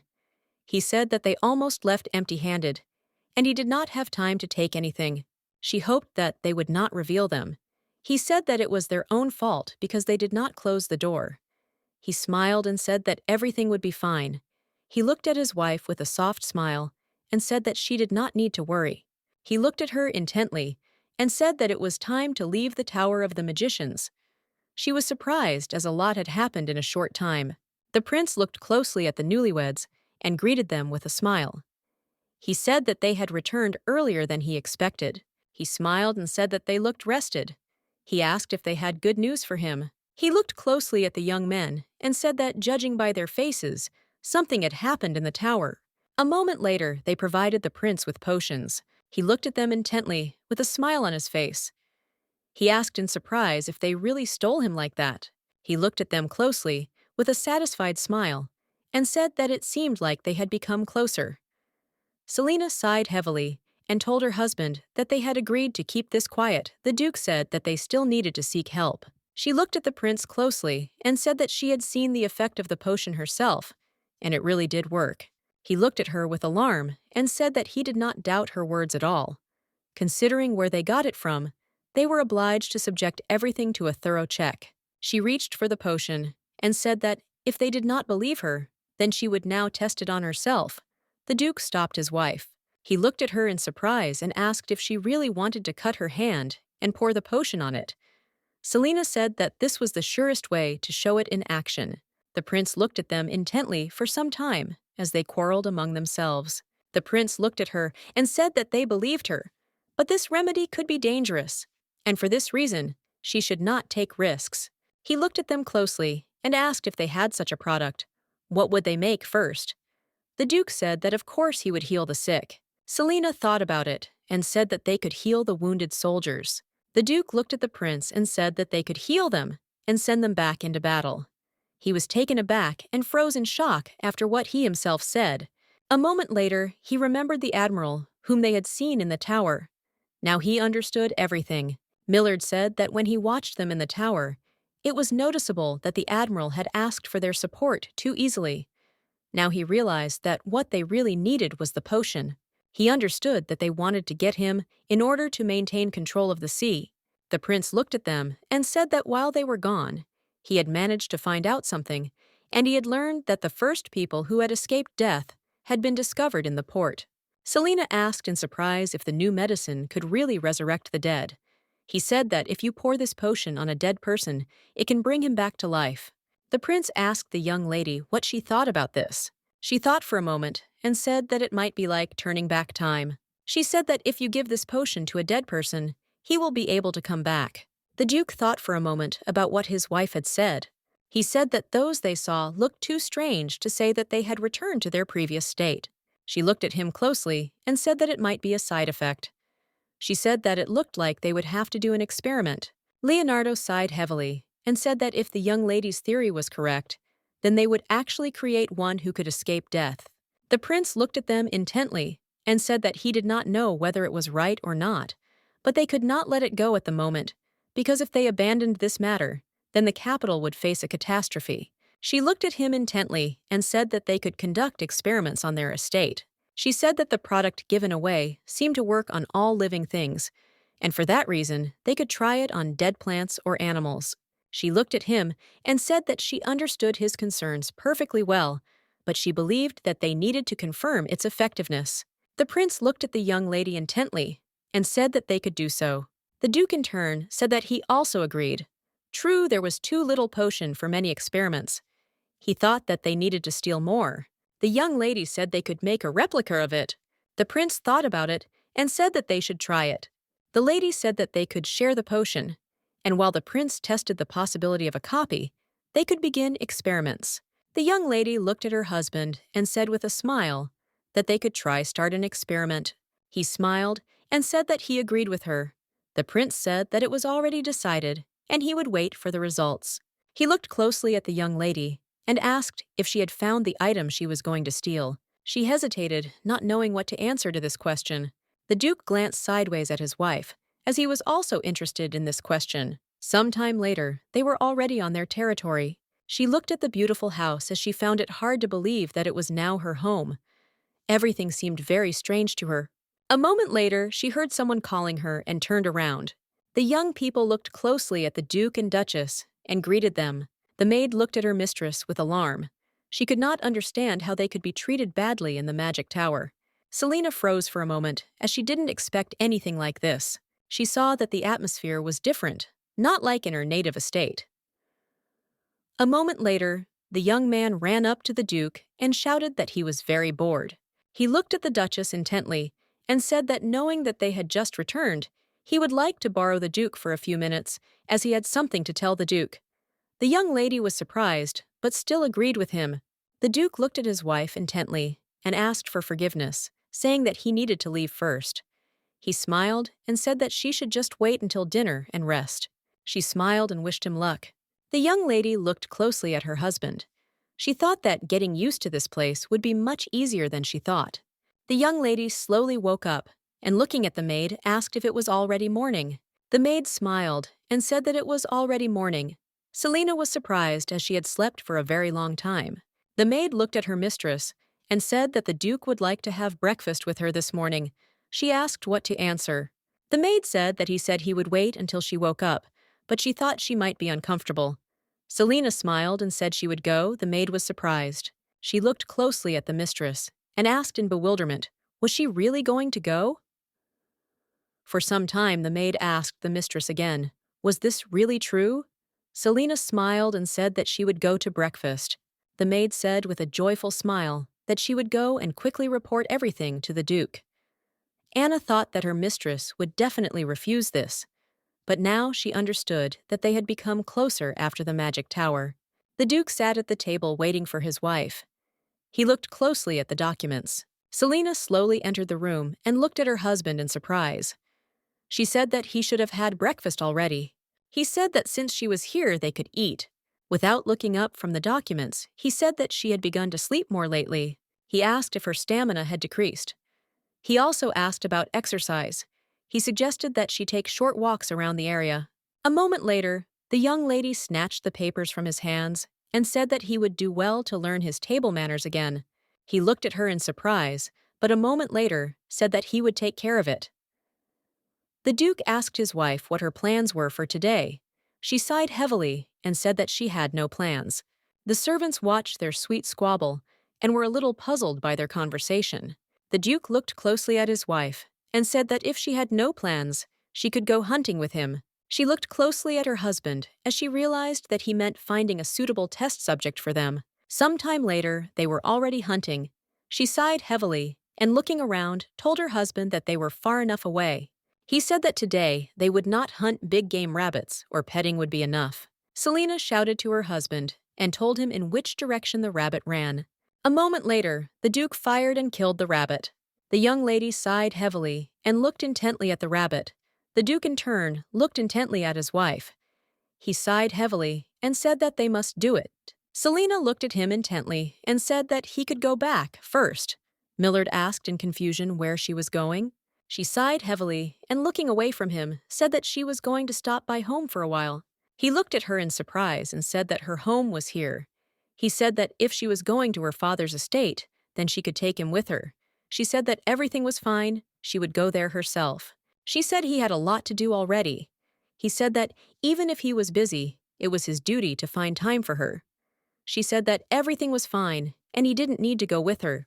Selena looked at him intently and said that she would go alone. He looked at her intently, as if he knew that what had been between them was starting again. He understood that as soon as they became closer to each other, the distance between them increased again. He sighed heavily, and as he left, said that she could do as she wanted. Selena looked after him with surprise and sadness. She wanted to stop him, but still let him go. She wondered what was the point of stopping him now, since she had said herself that he could not go with her. She knew that she had to go alone. She knew that if she went to her father's estate today, she would immediately be sent to the basement. She could not show such a thing to her husband. Some time later, she came to her father and greeted him. He looked angrily at his daughter and said nothing. The servant looked at the master and asked if he should bring him some tea. The man told his subordinate that they didn't need anything and sent him away. The young lady looked at her father intently. He said that he heard that she had recently gone to the magic tower. He asked if she had managed not to disgrace herself there. Selena sighed heavily and said that she had not done anything there. He looked at her intently and said that he really hoped that these were not empty words. He shouted that she should not even tarnish his reputation. A moment later, he stood up and said that she should follow him. Selena was puzzled and could not believe that she was willingly returning to hell again. She knew that she had to do it for her brother. He pushed her and told her to come in faster. He looked at his daughter with fury and contempt and shouted that she belonged in his house. He screamed that she would stay here paying with her blood for the rest of her life. The young lady, in turn, understood perfectly well that she had no choice and she had to do it. She knew perfectly well that if her husband found out about this, he would do everything to protect her. The young man looked at the young lady intently and greeted her with a smile. He asked how she had chewed all this time. He looked at her closely, said that she had lost a little weight. He said that she should eat well and rest more. She quickly rolled up her sleeve and said that they had to get this over with quickly. The wizard looked at her intently and thanked her with a smile. He said that thanks to her cooperation, they finished very quickly. She sighed heavily and said that she thought she would see him in the magic tower. He said that he had heard about her recent visit to the tower. He asked if she liked it there. The young lady looked at the young wizard and asked if he had ever met the head of the tower. He looked at her and said that the head of the Tower of Mages was indeed an outstanding person.